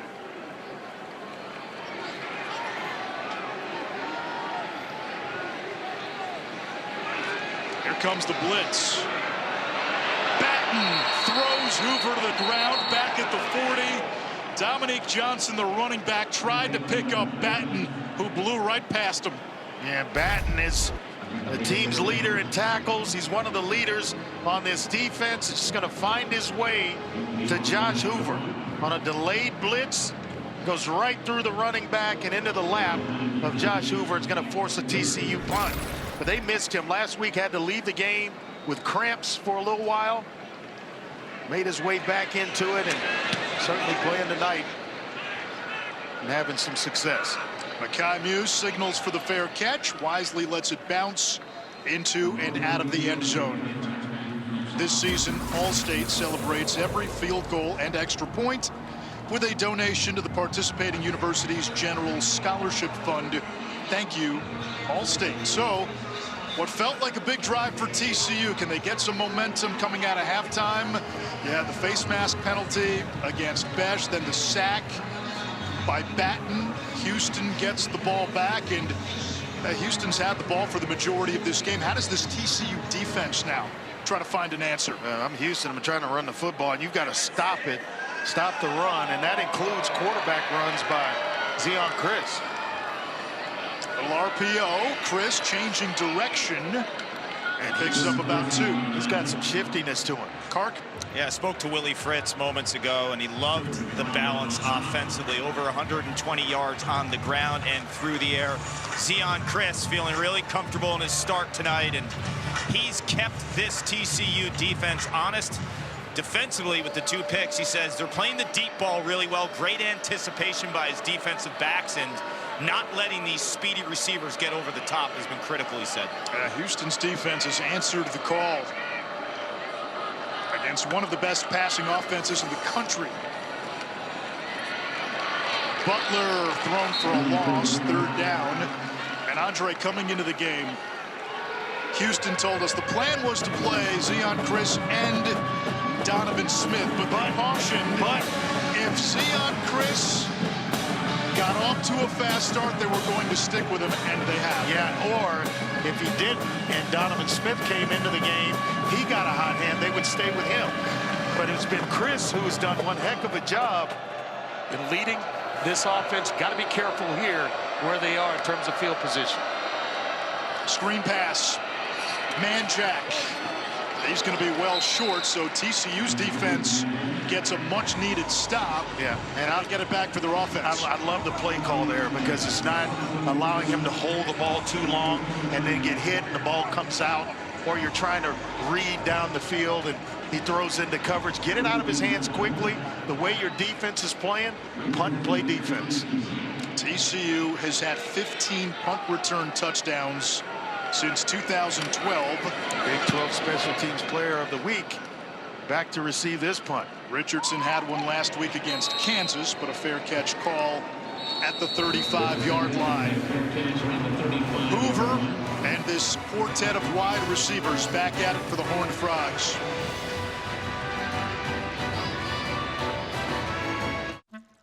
One thing we know is true, no matter race, gender, ethnicity. The need to screen when due. For colon cancer's a priority.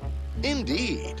Everyone 45 plus at average risk should screen for colon cancer. These folks are getting it done at home with me, Cologuard. Cologuard is a one-of-a-kind way to screen for colon cancer that's effective and non-invasive. It's for people 45 plus at average risk, not high risk. False positive and negative results may occur. Ask your provider for Cologuard. I did it my way. BK Royal Crispy Wraps. Gentlemen, UFC 307 tomorrow night, Salt Lake City. The night's headlined by 2 title fights. Main card begins at 10 Eastern on pay-per-view with the prelims at 8. To order the main card in English or Spanish, go to ESPNplus.com/PPView. And Alex Pereira and Khalil Roundtree for the light heavyweight title. They call Pereira Stone Hands, the Brazilian kickboxer. Andre, you don't want to get in the way of those mitts. Definitely don't want to mess with out. Ice. Just take a look at his ears and you don't want to mess with it. Good thing he's a fighter, not a receiver. Hoover's throw to the sideline, incomplete for Cook. Went nowhere to go with a football for Hoover tonight. You've got all these talented receivers. You got to give credit where credit's due. This defense of Houston playing out of its mind right now. Their defensive coordinator, Sheil Wood, was with Willie Fritz at Tulane last year.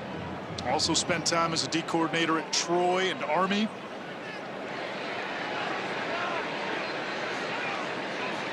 On the ground here on second down. Patient run, and then the burst by Cam Cook.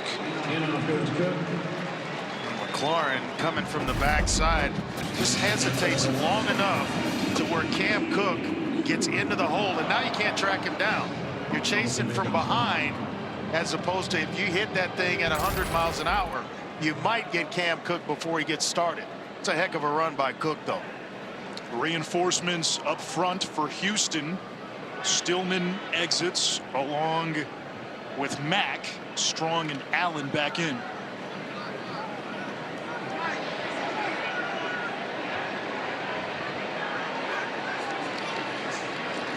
Play action. Bash on the slant, juggled it, and could not hold on. Halsey got in the way. Halsey with a little bit of separating Besh from the ball. And Besh is usually pretty sure-handed receiver on the back end. And it's a heck of a collision with a safety from Houston. You wonder if they look at this for targeting. I think so. I think he gets him with the shoulder. His shoulder, and they slip to the shoulder of Besh. Cook on the sweep. Dragged down at the 45-yard line. That's McCutcheon. Third down coming up. Again, 4-down territory for TCU. Looking for a spark. It's a heck of a job of out leveraging the defense. When you're not supposed to get outside, he gets outside. Right there. McAllister got away with one, didn't he? Talking Jersey just almost tugged to the point where it wouldn't go anymore. 3 receivers toward the boundary. Now Trent Battle comes back. Time for Hoover. He'll take off. And he is hit shy of the first down marker. Halsey and Allen. Man, I love this kid. Halsey can play some football, man. A couple of interceptions on the night already, but he is coming up and he is not afraid to let you have it. Hoover has got to do a better job of getting himself down where you're protecting yourself. You don't want to take on guys like A.J. Halsey. Allen was slow to get up. He limps off. Playing with a right knee brace. He's the anchor of that defensive line. Junior from Atlanta, who started at Kennesaw State, and now 4th down. No surprise here. TCU will go for it. Came up short once early in this game, needing a conversion here to keep this drive alive. Savion Williams, bottom of your screen, with a Johnny Carter. And it's man across the board. Richardson in motion. There's Savion Williams, quick slant, pitch and catch. 1st down TCU. They try to match size with size, so they go to Carter on Savion Williams, and he just gets inside position. Such a good route runner. Nice job of separating and squaring up to the quarterback. They go back to Savion Williams, too high, and they're going to get Carter, who looked like he got enough of Williams to draw the flag. You mentioned that matchup, 6'5" wideout, 6'2" cornerback. Pass interference, defense number 12, 15-yard penalty, automatic 1st down. Yeah, just trying to go size for size, and maybe if you throw it up to a larger corner, and Carter would be able to make a play, but Williams is losing him on the line of scrimmage. So good off the line of scrimmage that you don't give him some help. You don't get Carter some help over the top. It could turn into a long second half. It's a TCU offense that can score quickly. Cook wants the corner. And able to turn that into a chunk play on 1st down. Where you had 2 or 3 white jerseys out there trying to turn him back inside, and they do that, but then you don't have guys there once he turns back in to make tackles. It's one heck of an effort on the part of Cam Cook.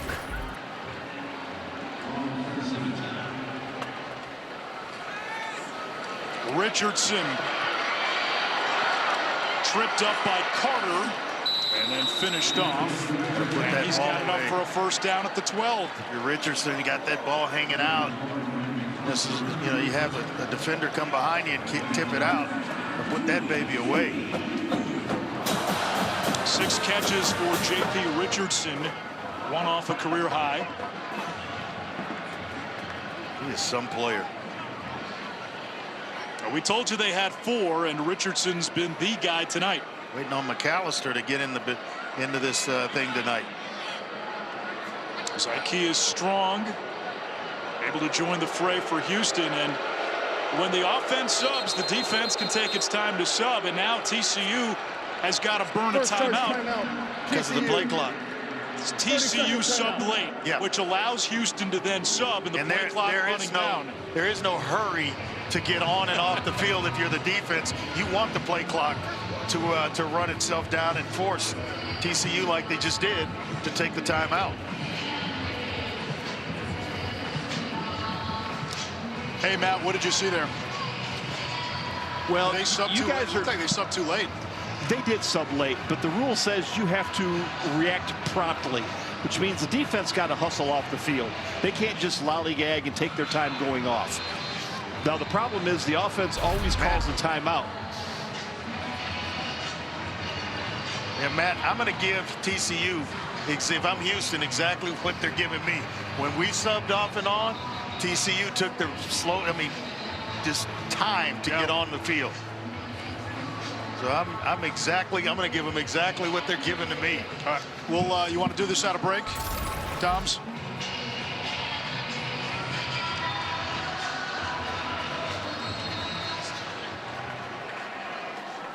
Oh, we were on air the whole time, Andre. Yes, we were.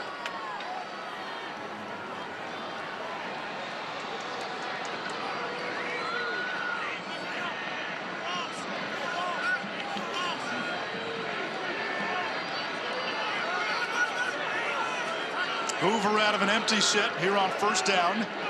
Payne, the freshman, in motion. Blitz from the middle. Jump ball broken up, intended for Williams, and a flag at the end of the play.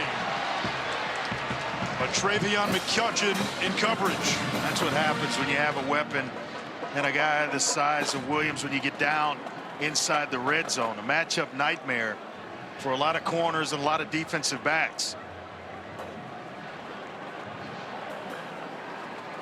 I'm going to get McCutcheon for interference, or they're talking about it for a long time.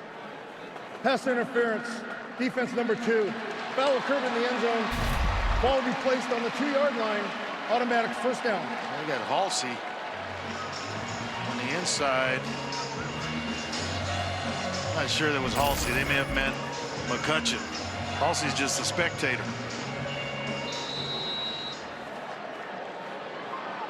So first and goal, TCU. 5.5 to go, third quarter. Needing to get in the end zone. Right here, the Horned Frogs. Williams, the motion man. Here is Payne, the freshman, with his first collegiate touchdown. That's one he's got to keep. Give that one to the official. Go get that one, young man. Looks like TCU's going to stay on the field for a 2-point conversion, but it wasn't a whole lot. They did an excellent job of opening things up along the offensive line and into the end zone untouched. Goes Payne. Just a great job in front of him by the offensive line.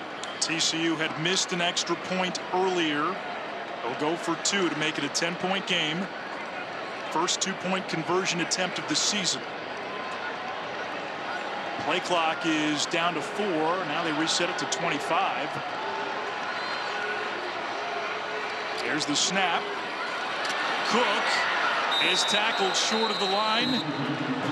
And the 2-point conversion fails, so both touchdowns, a missed extra point, and now a failed 2-point conversion.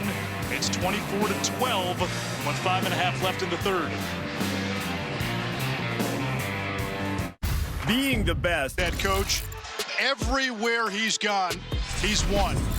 At Blinn, back-to-back undefeated seasons. Love the mustache. And junior college championships.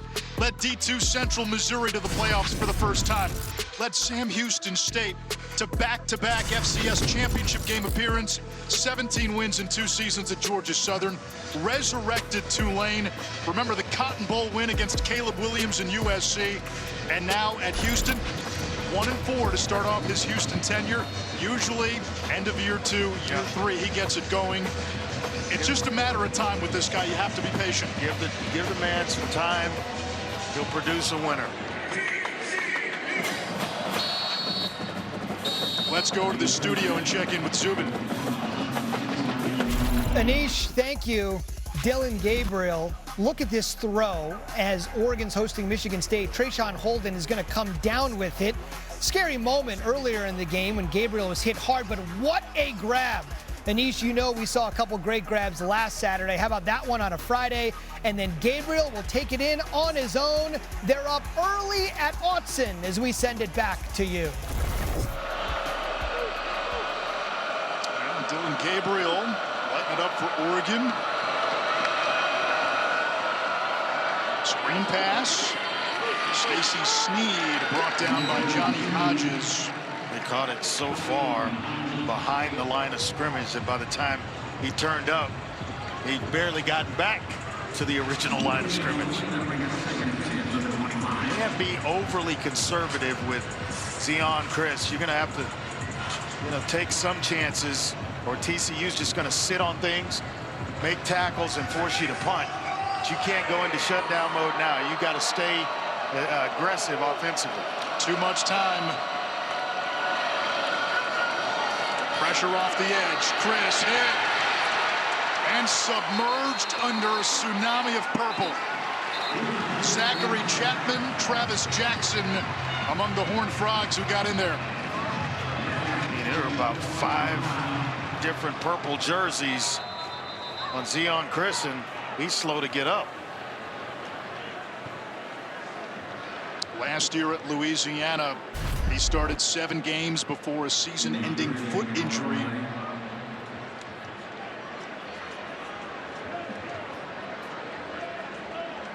They're just surrounded by a sea of purple. Chapman, 42 in purple, looked like he may have gotten some face mask. I thought so, but then seeing it on the replay, it was just kind of across the front portion of his jersey, but it was really close. 4.5 to go in the third. They work on Chris.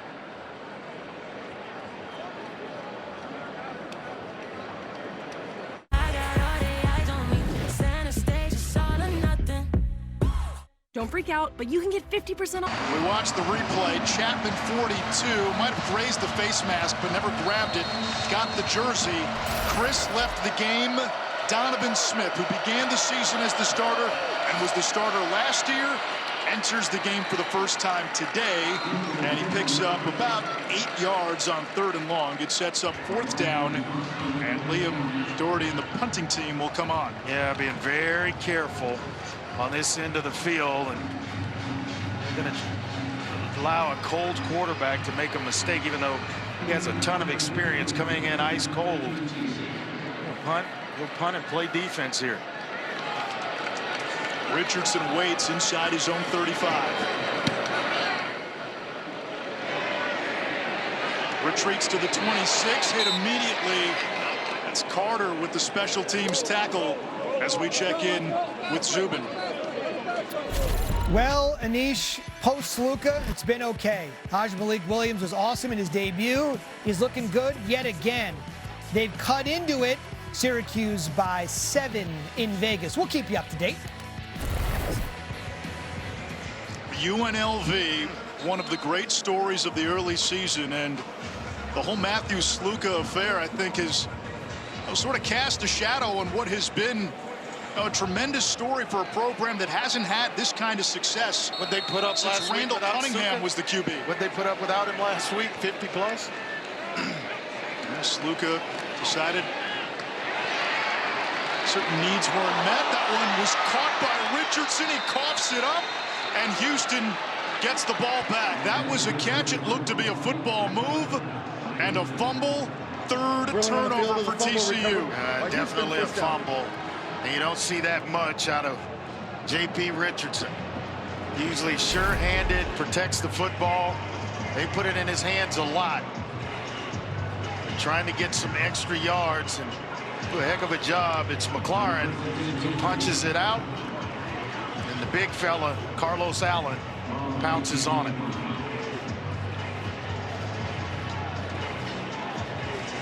In the last 2+ games now, TCU has 11 turnovers and a -9 turnover margin. Short field for Houston.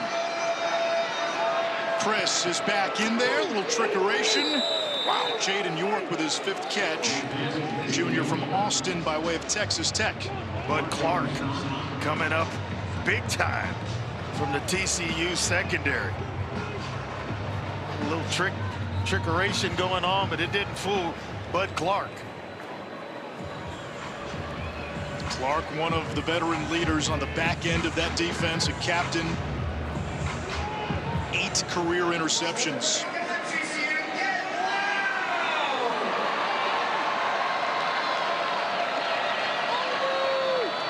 Jack, the motion man. He gets it on the fly sweep and dropped. Austin Jordan has stepped up tonight. Came into the game after Abe Kamara was ejected for targeting, and Kamara's backup, Jace Oliver, got hurt. Yeah, he's done a heck of a job. Austin Jordan, when you're in space, you got to make that tackle. Otherwise, Man Jack's going to run for a while. Also, it puts Houston in a 3rd down and long situation with a young quarterback in Zion Chris. They turn up the heat a little bit here and force the ball out of his hands, but you have to maintain rush angles because of his legs. And Houston's got an unreliable kicking game. Chris using his legs and finds a way past the marker for a 1st down. Well, nice job. It's a quarterback run, and it's quarterback run all the way. Not pulling it down because the read was wrong, but they lose leverage on the outside, contain his loss, and it's easy for a guy like Chris to pick up a 1st down when you do that. When you rush, you have to maintain the integrity because you get one guy out of position and he'll make you pay for it. Chris pumps. Fires a strike over the middle. It's Jonah Wilson. And another 1st down to the 11-yard line. He's done just enough in the passing game, hasn't he? I mean, just enough to keep TCU off balance. It's not, a clinic that's going on, but it's just enough where now you can't crowd the line of scrimmage and play the run against Houston because he's completed some passes down the field. Yeah, and he's been accurate. 15 out of 18, 141 through the air, another 97 on the ground. The power back, Burnett charging across the 5. Obi Izor finally brought him down.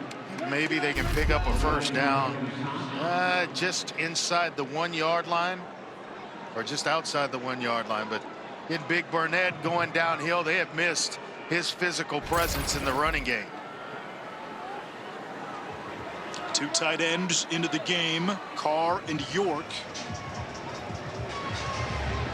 Burnett remains in on 2nd and 3.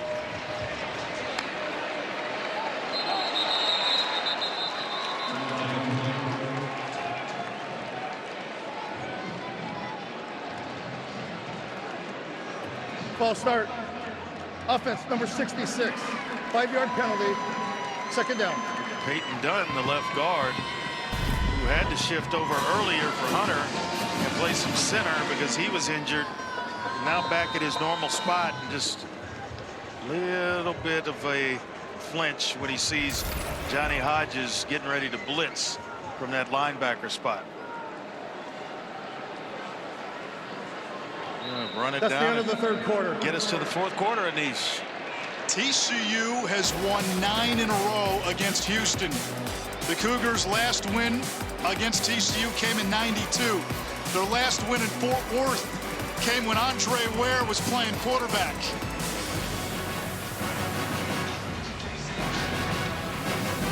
On ESPN and ESPN+. Critical moment in the game right now. I just spoke to TCU head coach Sonny Dykes. He told me it is so important to put a ton of pressure on Houston quarterback Zion Chris. The issue, though, gentlemen, is when you over pursuit on this guy, he's finding the passing lanes. When they get the ball back on offense, he said they have to play big-time tempo football. Burnett gets bottled up. It sets up 3rd down, and Carr gets the 4th quarter. TCU's defense needs to hold. They have held Houston off the scoreboard in this 2nd half, but only 6 points for the Horned Frogs.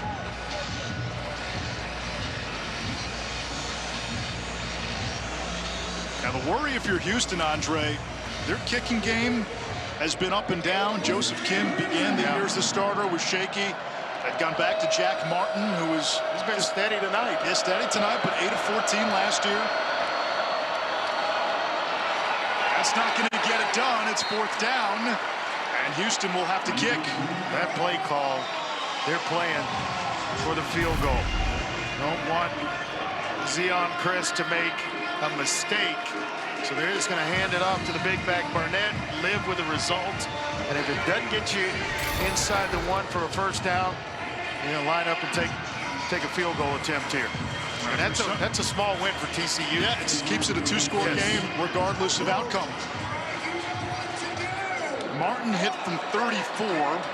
This just his 3rd attempt of the season, 1 for 2. A 28-yarder.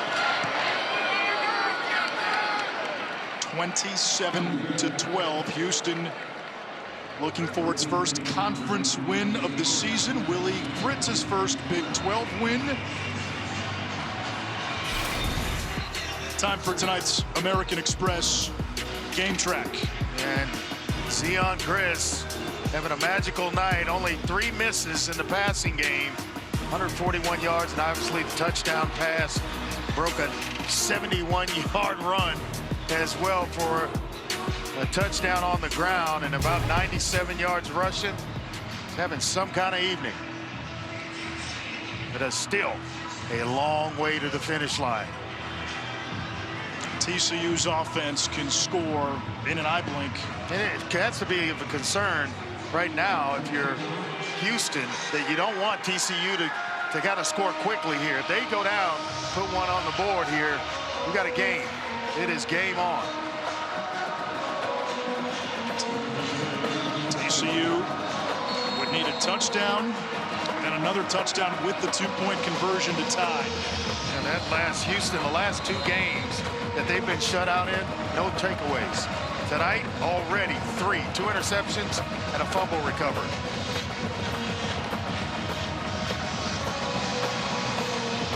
TCU has had issues protecting the ball. Last week in a win against Kansas, the week before in that 66-42 loss to SMU.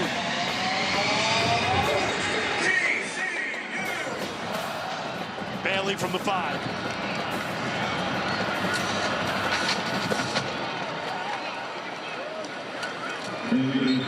Takes it to about the 29. Zubin.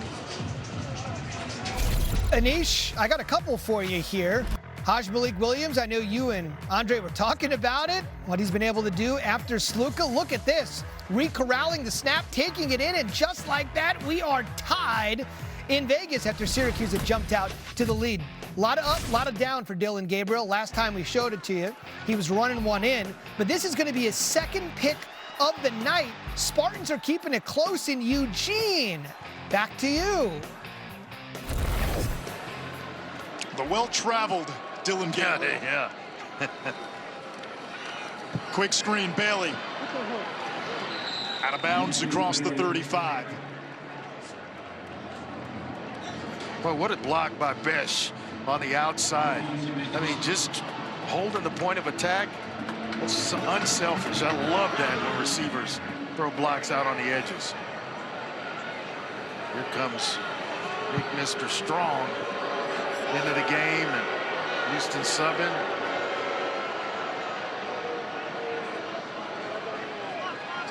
The rule is if the offense subs, the defense needs time to sub as well.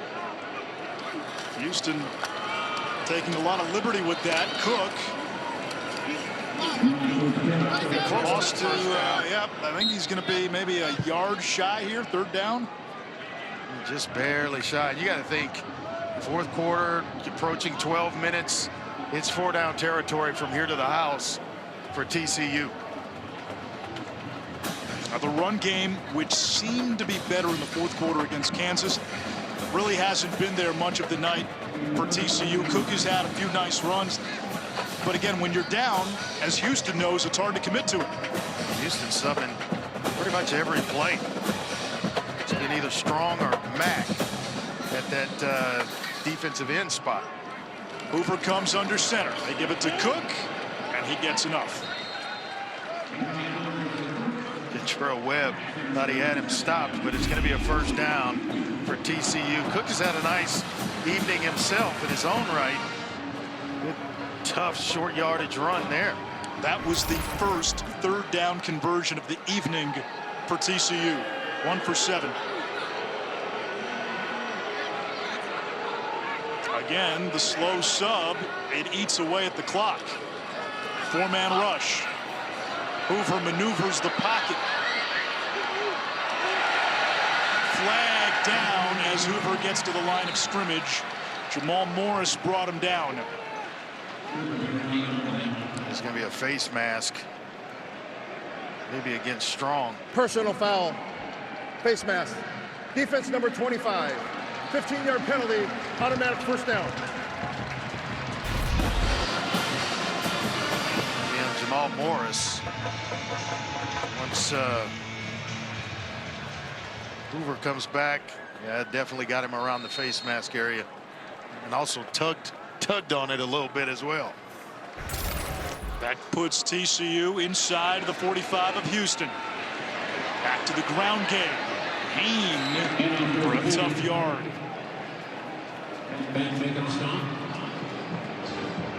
Good young player. He's going to make a lot of positive plays for his TCU. Career is over.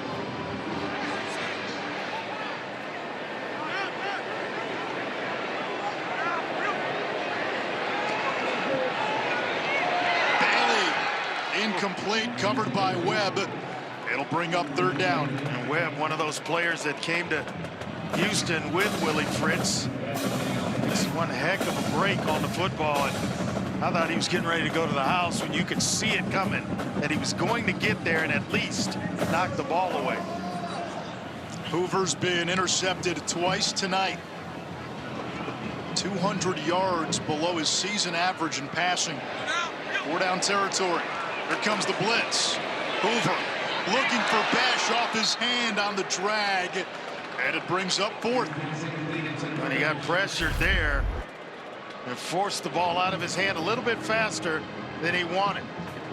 It's Batten who's coming on a linebacker blitz. And he gets there. That's usually a throw that Hoover makes. He can make that one in his sleep to Besh. What has Houston done to disrupt the pass game? It's the pressure right in his face. It's not what he can't see or, you know, guys coming off his blind side or in his. It's right up the middle. And that's the fastest way to affect the quarterback. Either you're coming over the right tackle or right up between the two guards in the center. They bring the blitz again. Hoover's got time to Savion Williams. Spun down.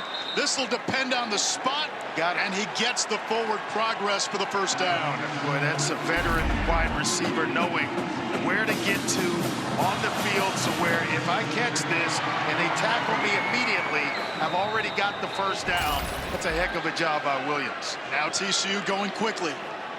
Quick throw, dangerous pass over Bailey. Hoover goes down. There's that pressure, and again disrupting Hoover, almost a turnover. Yeah, right in his face, and he's lucky because McLaurin was mixed up with Besh right around the line of scrimmage. If he's looking back inside, then that's going to be an interception. A hit on the quarterback there by Cooper, and it's been that way pretty much all night for Josh Hoover.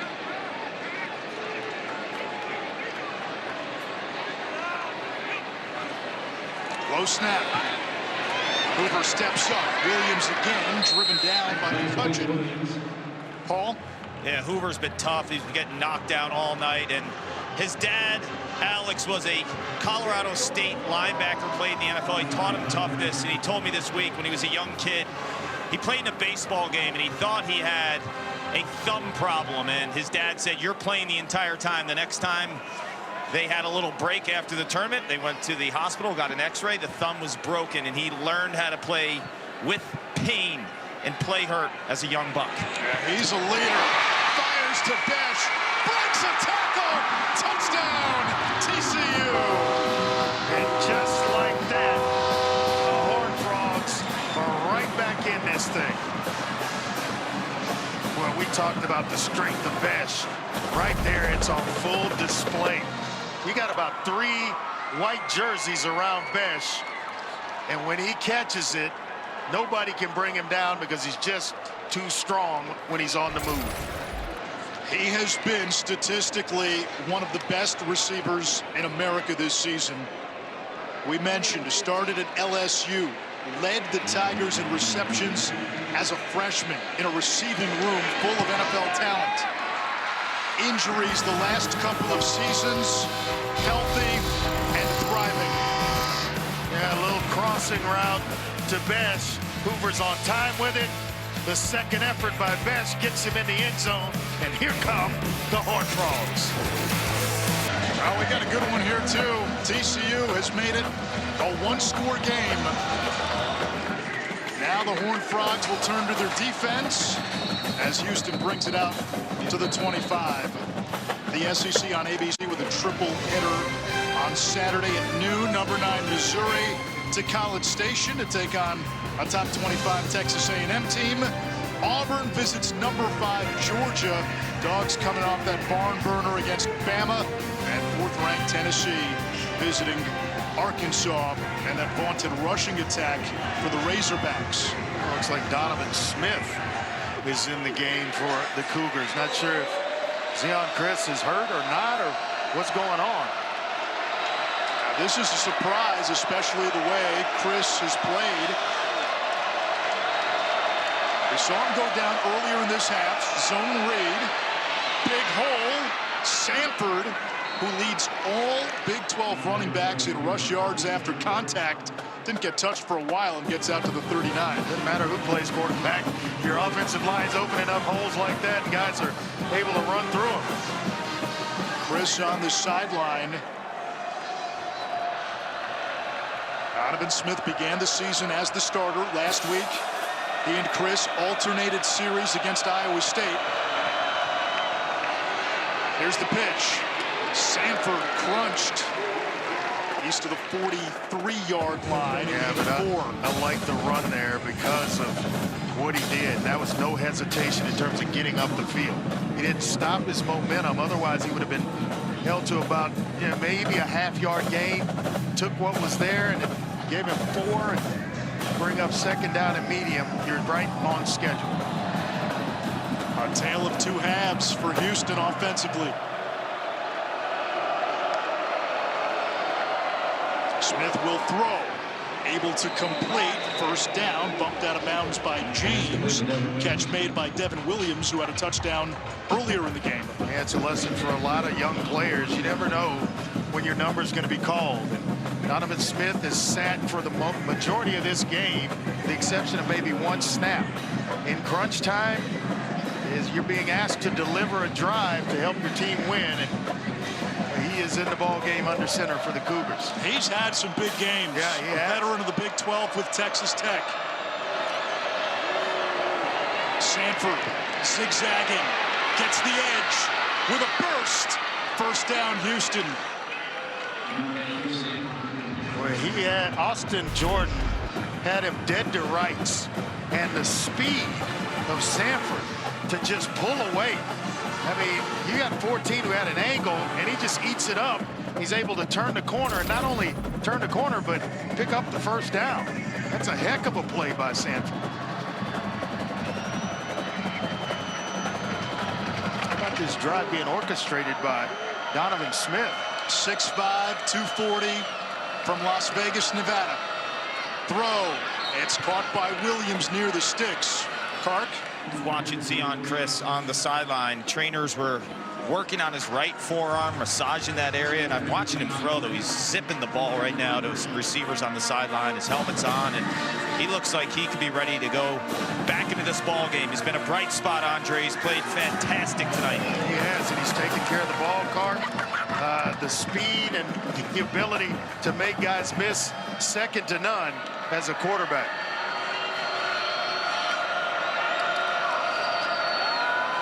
Another handoff, and that's Burnett. Be close to a first down. Be a little short, 3rd down and 1, and you go back to what Donovan Smith did at Texas Tech. Led the Red Raiders to a big win against Texas. Actually beat a ranked Houston team at one point. Beat Iowa State. I was at the game. Mississippi State in the Liberty Bowl. He was the MVP of that game. Had surgery on his throwing shoulder in the offseason. They said he was healthy. Tell you what, at 6'5", I'd be under center sneaking it here. On third down, they give it to Burnett. Pinballs off one. Wow. And the second effort gets him the first down. Presence in mind to kind of keep his feet going, just ping backwards, realized, hey, nobody's wrapping me up. He does one heck of a job of getting up the field. He's able to hold his balance there. That might be a foot race to the end zone. Andre with Donovan Smith in there. We've seen runs, and we've seen a couple of quick throws. Playing it close to the vest and playing the clock. And rightfully so, because they are chewing a bunch of time off this clock. Again on the ground, and that time Sanford is stopped for no gain. 2nd and 10. Less than 5 minutes to go, fourth quarter. TCU play and run on first downs. On the early downs, a lot of guys inside the box. So they're going to challenge Donovan Smith to pick it up and work man-to-man against some of these corners with their receivers. Do you sell out for the run if you're TCU? Absolutely do. You got to stop that before you stop anything else. And crowd the box, play man-to-man, and let's see if you can beat me throwing the football here. They're doing just that. Play clock down to 4, down to 3. Smith, there's the quarterback run. Big man to bring down at 6'5", short gain. It sets up third down. We mentioned the kicking struggles this season, but Martin tonight has made both of his attempts for Houston, 34 and 28. Yeah, but you don't want to put the game in an inexperienced kicker's hands. You know, you don't want to put. I wouldn't want to put it in any kicker's hands. But you can't do that. You can't stop playing here and then try to settle for a field goal. It's going to be huge, but man, is that a risk. Jack Martin just 3 for 10 beyond 40 in his career. Smith will try to run, gets free, and tracks for a first down inside the 15-yard line. Well, a heck of a job and just a great athletic move, competing for his team. Just about stopped. And he just take on defenders because he knows the first down marker's there. It's another opportunity as well, Anish, to keep that clock running. Fans starting to head for the exits. We come up on 3 minutes to play. TCU's got 2 timeouts. Now, this is a TCU team. In the game against UCF, they did block 3 kicks, but a touchdown for Houston could put this thing away. Burnett, bottled. If Smith keeps one, shows it to Burnett. He's pulled it a few times. Timeout. If he decides to keep one, boy, they could be trouble for TCU defensively. Timeout TCU. They've got 1 left, plus the 2-minute timeout. All right, Tina, 6 is hard to beat. I rode their backs. There's no doubt about it. I'll keep you humble, Dre. I'm sure you do that off the I'm sure you could. Second down, Burnett, the running back. Donovan Smith straight ahead, brought down by Hodges. Timeout. TCU will take 1-2. Horned Frogs out of timeouts, but still have the 2-minute timeout. Media timeout. Liberty Mutual customized my car insurance, so I saved hundreds. What we got here? I don't know what you're talking about, man. 477, 6 touchdowns.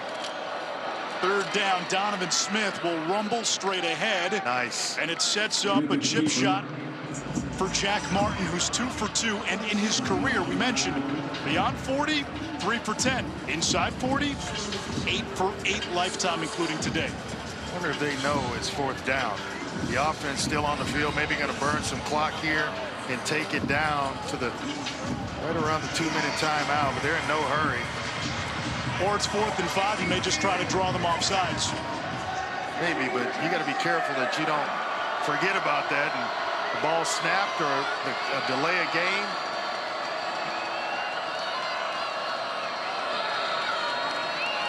TCU does not bite. And a timeout called by Willie Fritz. First charge timeout. Houston, 30 seconds. Let's take a look at our Capital One rewarding performance tonight.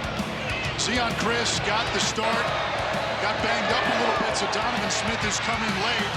But boy, did he give this team an offensive spark. Well, he gave it a lift, and then, not only with his arms and through the air, but he broke one for 71 yards, 97 on the ground tonight for Zeon Chris, who has played one heck of a job. And without that performance, who knows where the Cougars would be, but boy, did he step up tonight and play an outstanding football game. And an offense that was basically D.B. Cooper the last 2 weeks has resurfaced for 27 points. TCU, a team that wakes up and scores 40, held under 20. And now Martin can make this a 2-score game with 2 minutes to go. How important is Chris tonight? First 2 games, Cougars averaged 48 yards a game rushing. The last 3, 151 per game. Tonight, over 200 yards on the ground. That's going to keep you in a lot of games and going to win you a lot of football games. A 27-yarder.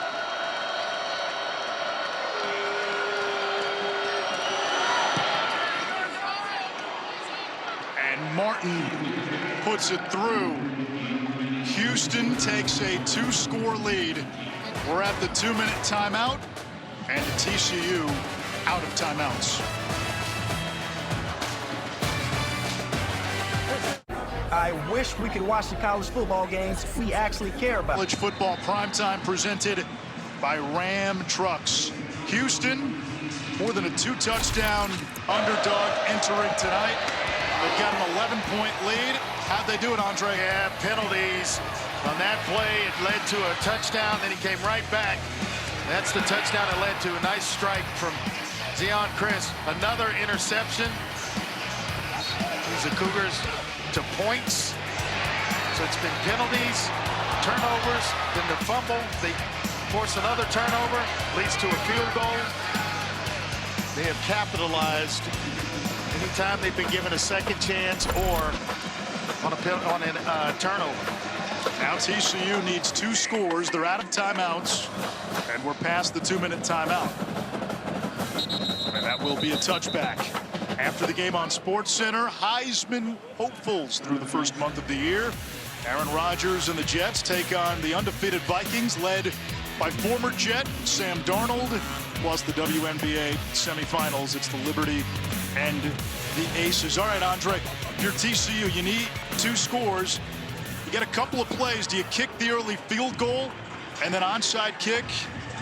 Maybe give yourself a little bit more time. Hard to navigate without a timeout. It's tough to navigate without the timeout. You're going to need the touchdown, so I think you take care of that if you can, but they've got to hit something here to get a drive started. Hoover being chased. He's been under duress all night. Flag down. Hoover heaves it deep downfield. Incomplete in the direction of Richardson. Yeah, this may be a hold. So all of it may be for naught, and it may come back against TCU. Penalties and turnovers. Holding. Offense number 56. 10-yard penalty. Repeat first down. They've haunted this Horned Frogs team tonight. It's been all over Josh Hoover, and they didn't really have to blitz a lot to get there. Right tackle is where you're going to see it. Ben Taylor Whitfield kind of pulling down Keith Cooper, who's had one heck of a game in his own right. A TCU team 2 years removed from playing for a national championship. Hoover deep downfield for Besh. Incomplete, covered well by Hershey McLaurin.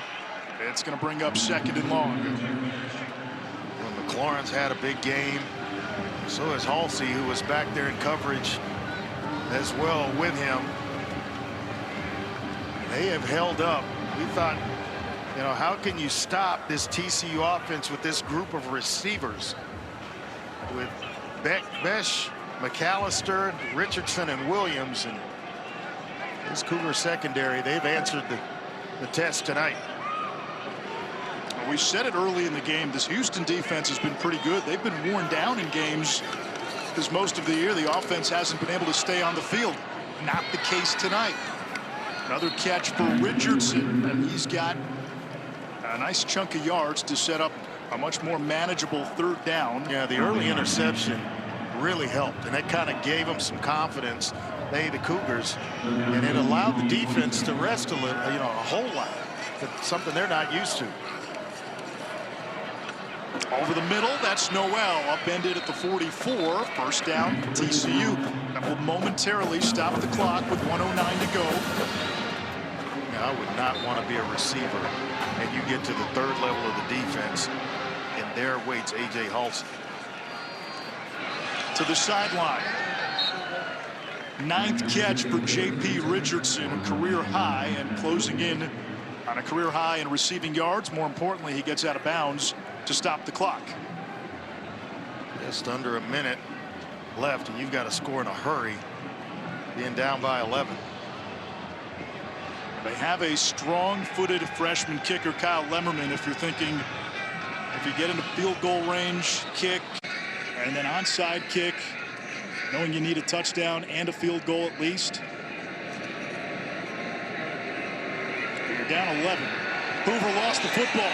It's loose. Live ball. Batten covers it up, and that'll seal it. If it stays ruled a fumble, then Rolling on the field is a fumble, recovered by the defense.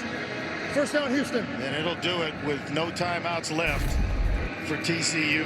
4 turnovers on the evening. See Hoover stepping up into the pocket. I think that's a fumble, and a couple of kneel downs will do it. Zykeas Strong, one of your impact players. He has played some good football the last couple of weeks. Really talented player who can play inside and out if need be.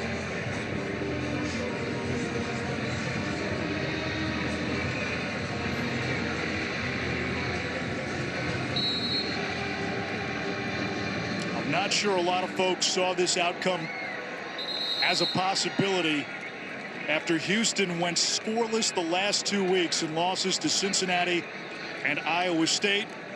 Willie Fritz said all week he was looking for a quarterback to take the bull by the horns. Zion Chris did that early, left the game in the 4th quarter due to what appeared to be a forearm issue, and give Donovan Smith credit.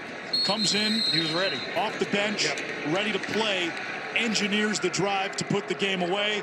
Houston gets Willie Fritz his first Big 12 win as Cougars head coach. And the topsy-turvy season in this Big 12 conference continues. And maybe knocking TCU's out of a Big 12 race in terms of being able to maybe get itself to the championship game. Who knows what the foreseeable future is in that regard. Houston's win snaps TCU's 9-game win streak